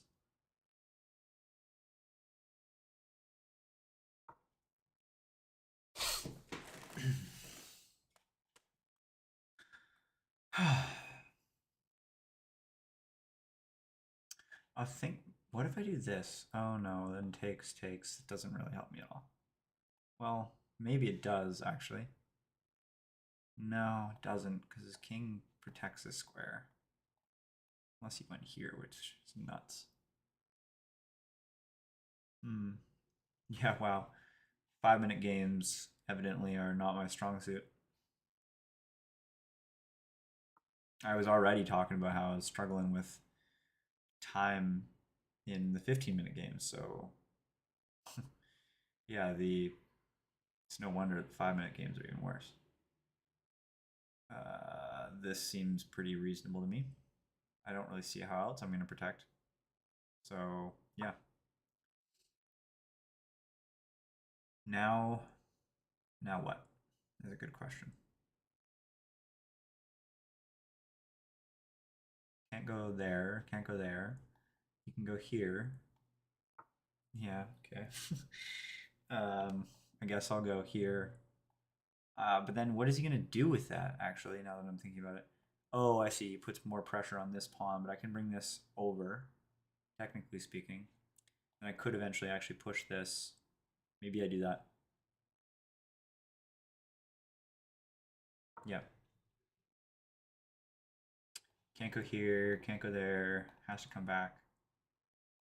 Or there. Because there. Hits my bishop eventually. 3 moves though. And if he goes here, I'll kind of see it coming, hopefully.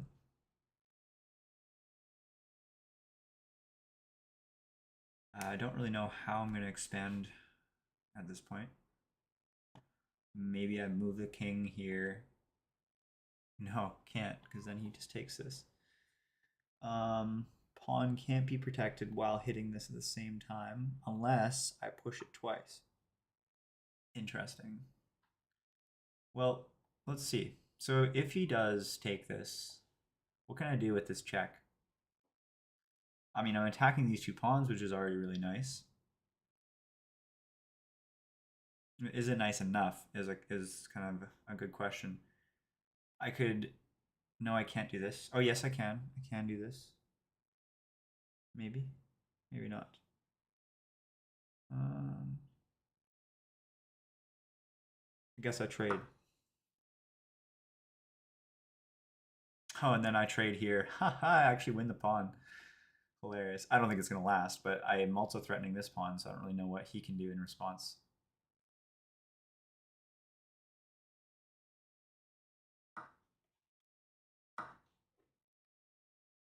Okay, so things are looking okay for me right now. He can come over here, hit this pawn. Maybe I push, maybe I take, check, then push. Probably that's what I do.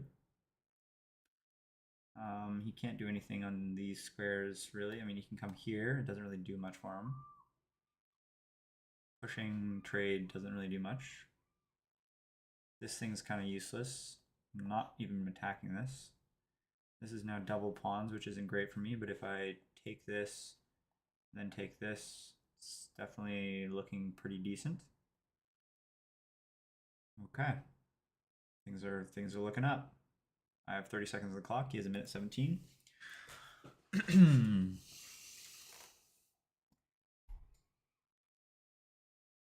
gonna check my friend's location, see where he's at. Ah, interesting. He protects. If I went here, what happens? Takes. I can just take this, so I'm gonna do that. Oh, but then he can push, and then takes. Push, takes, takes. Doesn't really do much for me at all. Kind of just like sitting ducks at this point. Okay. Naturally, I guess I just have to trade rooks, and then we're an equal endgame, or I'm a pawn up, I think. This is going to be a really, really... Oh no, I don't even trade rooks, actually. I can go here. I can go here, maybe. Maybe I do that. This is not looking very good, though. This pawn... If he goes here, then I actually can take this, which is nice. Which he should, right? Yeah. Now I take. Now he takes. We're equal still. Now I just want to trade, so I come back here. Ooh, he can take this pawn. What, does he see it though? Does he see it?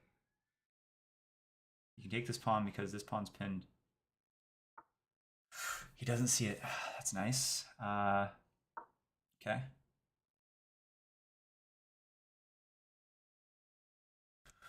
"22 seconds on the clock. This is stressful as always." Okay, he accepts the trade, which is great for me. Basically, at this point, I just need to figure out how to not blunder the pawn. If I go here, he pushes, and then I can't really do much, so I guess I lose that pawn. Darn. Only way, how do I even do this? I don't actually know. Nothing I can think of here. Rats. I guess I do this. I just have to accept the fact that I screwed up. I should have gone here. Yep, should have gone there. Yeah, definitely should have gone there. Darn it. Okay. I got no time on the clock, so I really just gotta kind of move at this point. I think narration has come to an end. If I come here, I can give him a check, hit this pawn. That's definitely the plan. That's fine.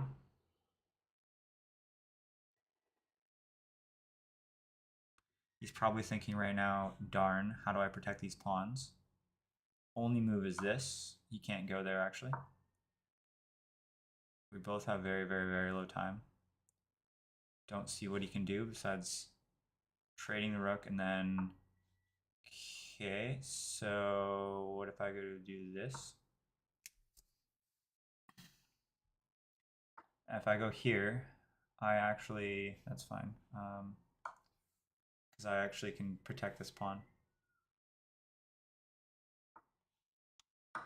Okay. This is looking okay so far. I can take this.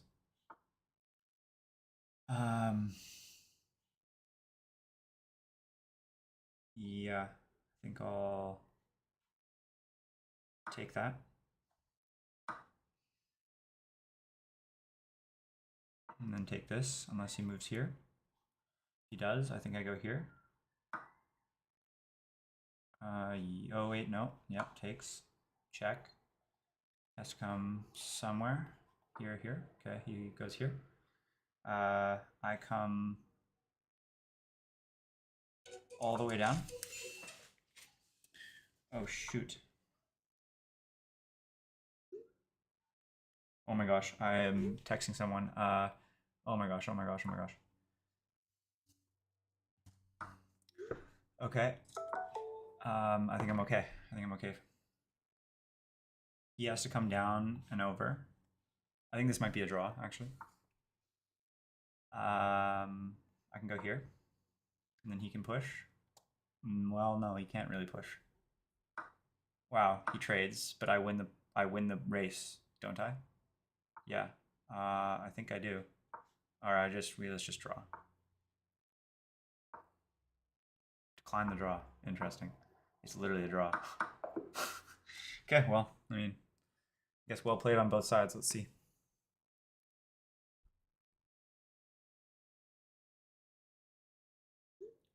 Wow, we both played like dead equal games. That's insane. Wow, look at that.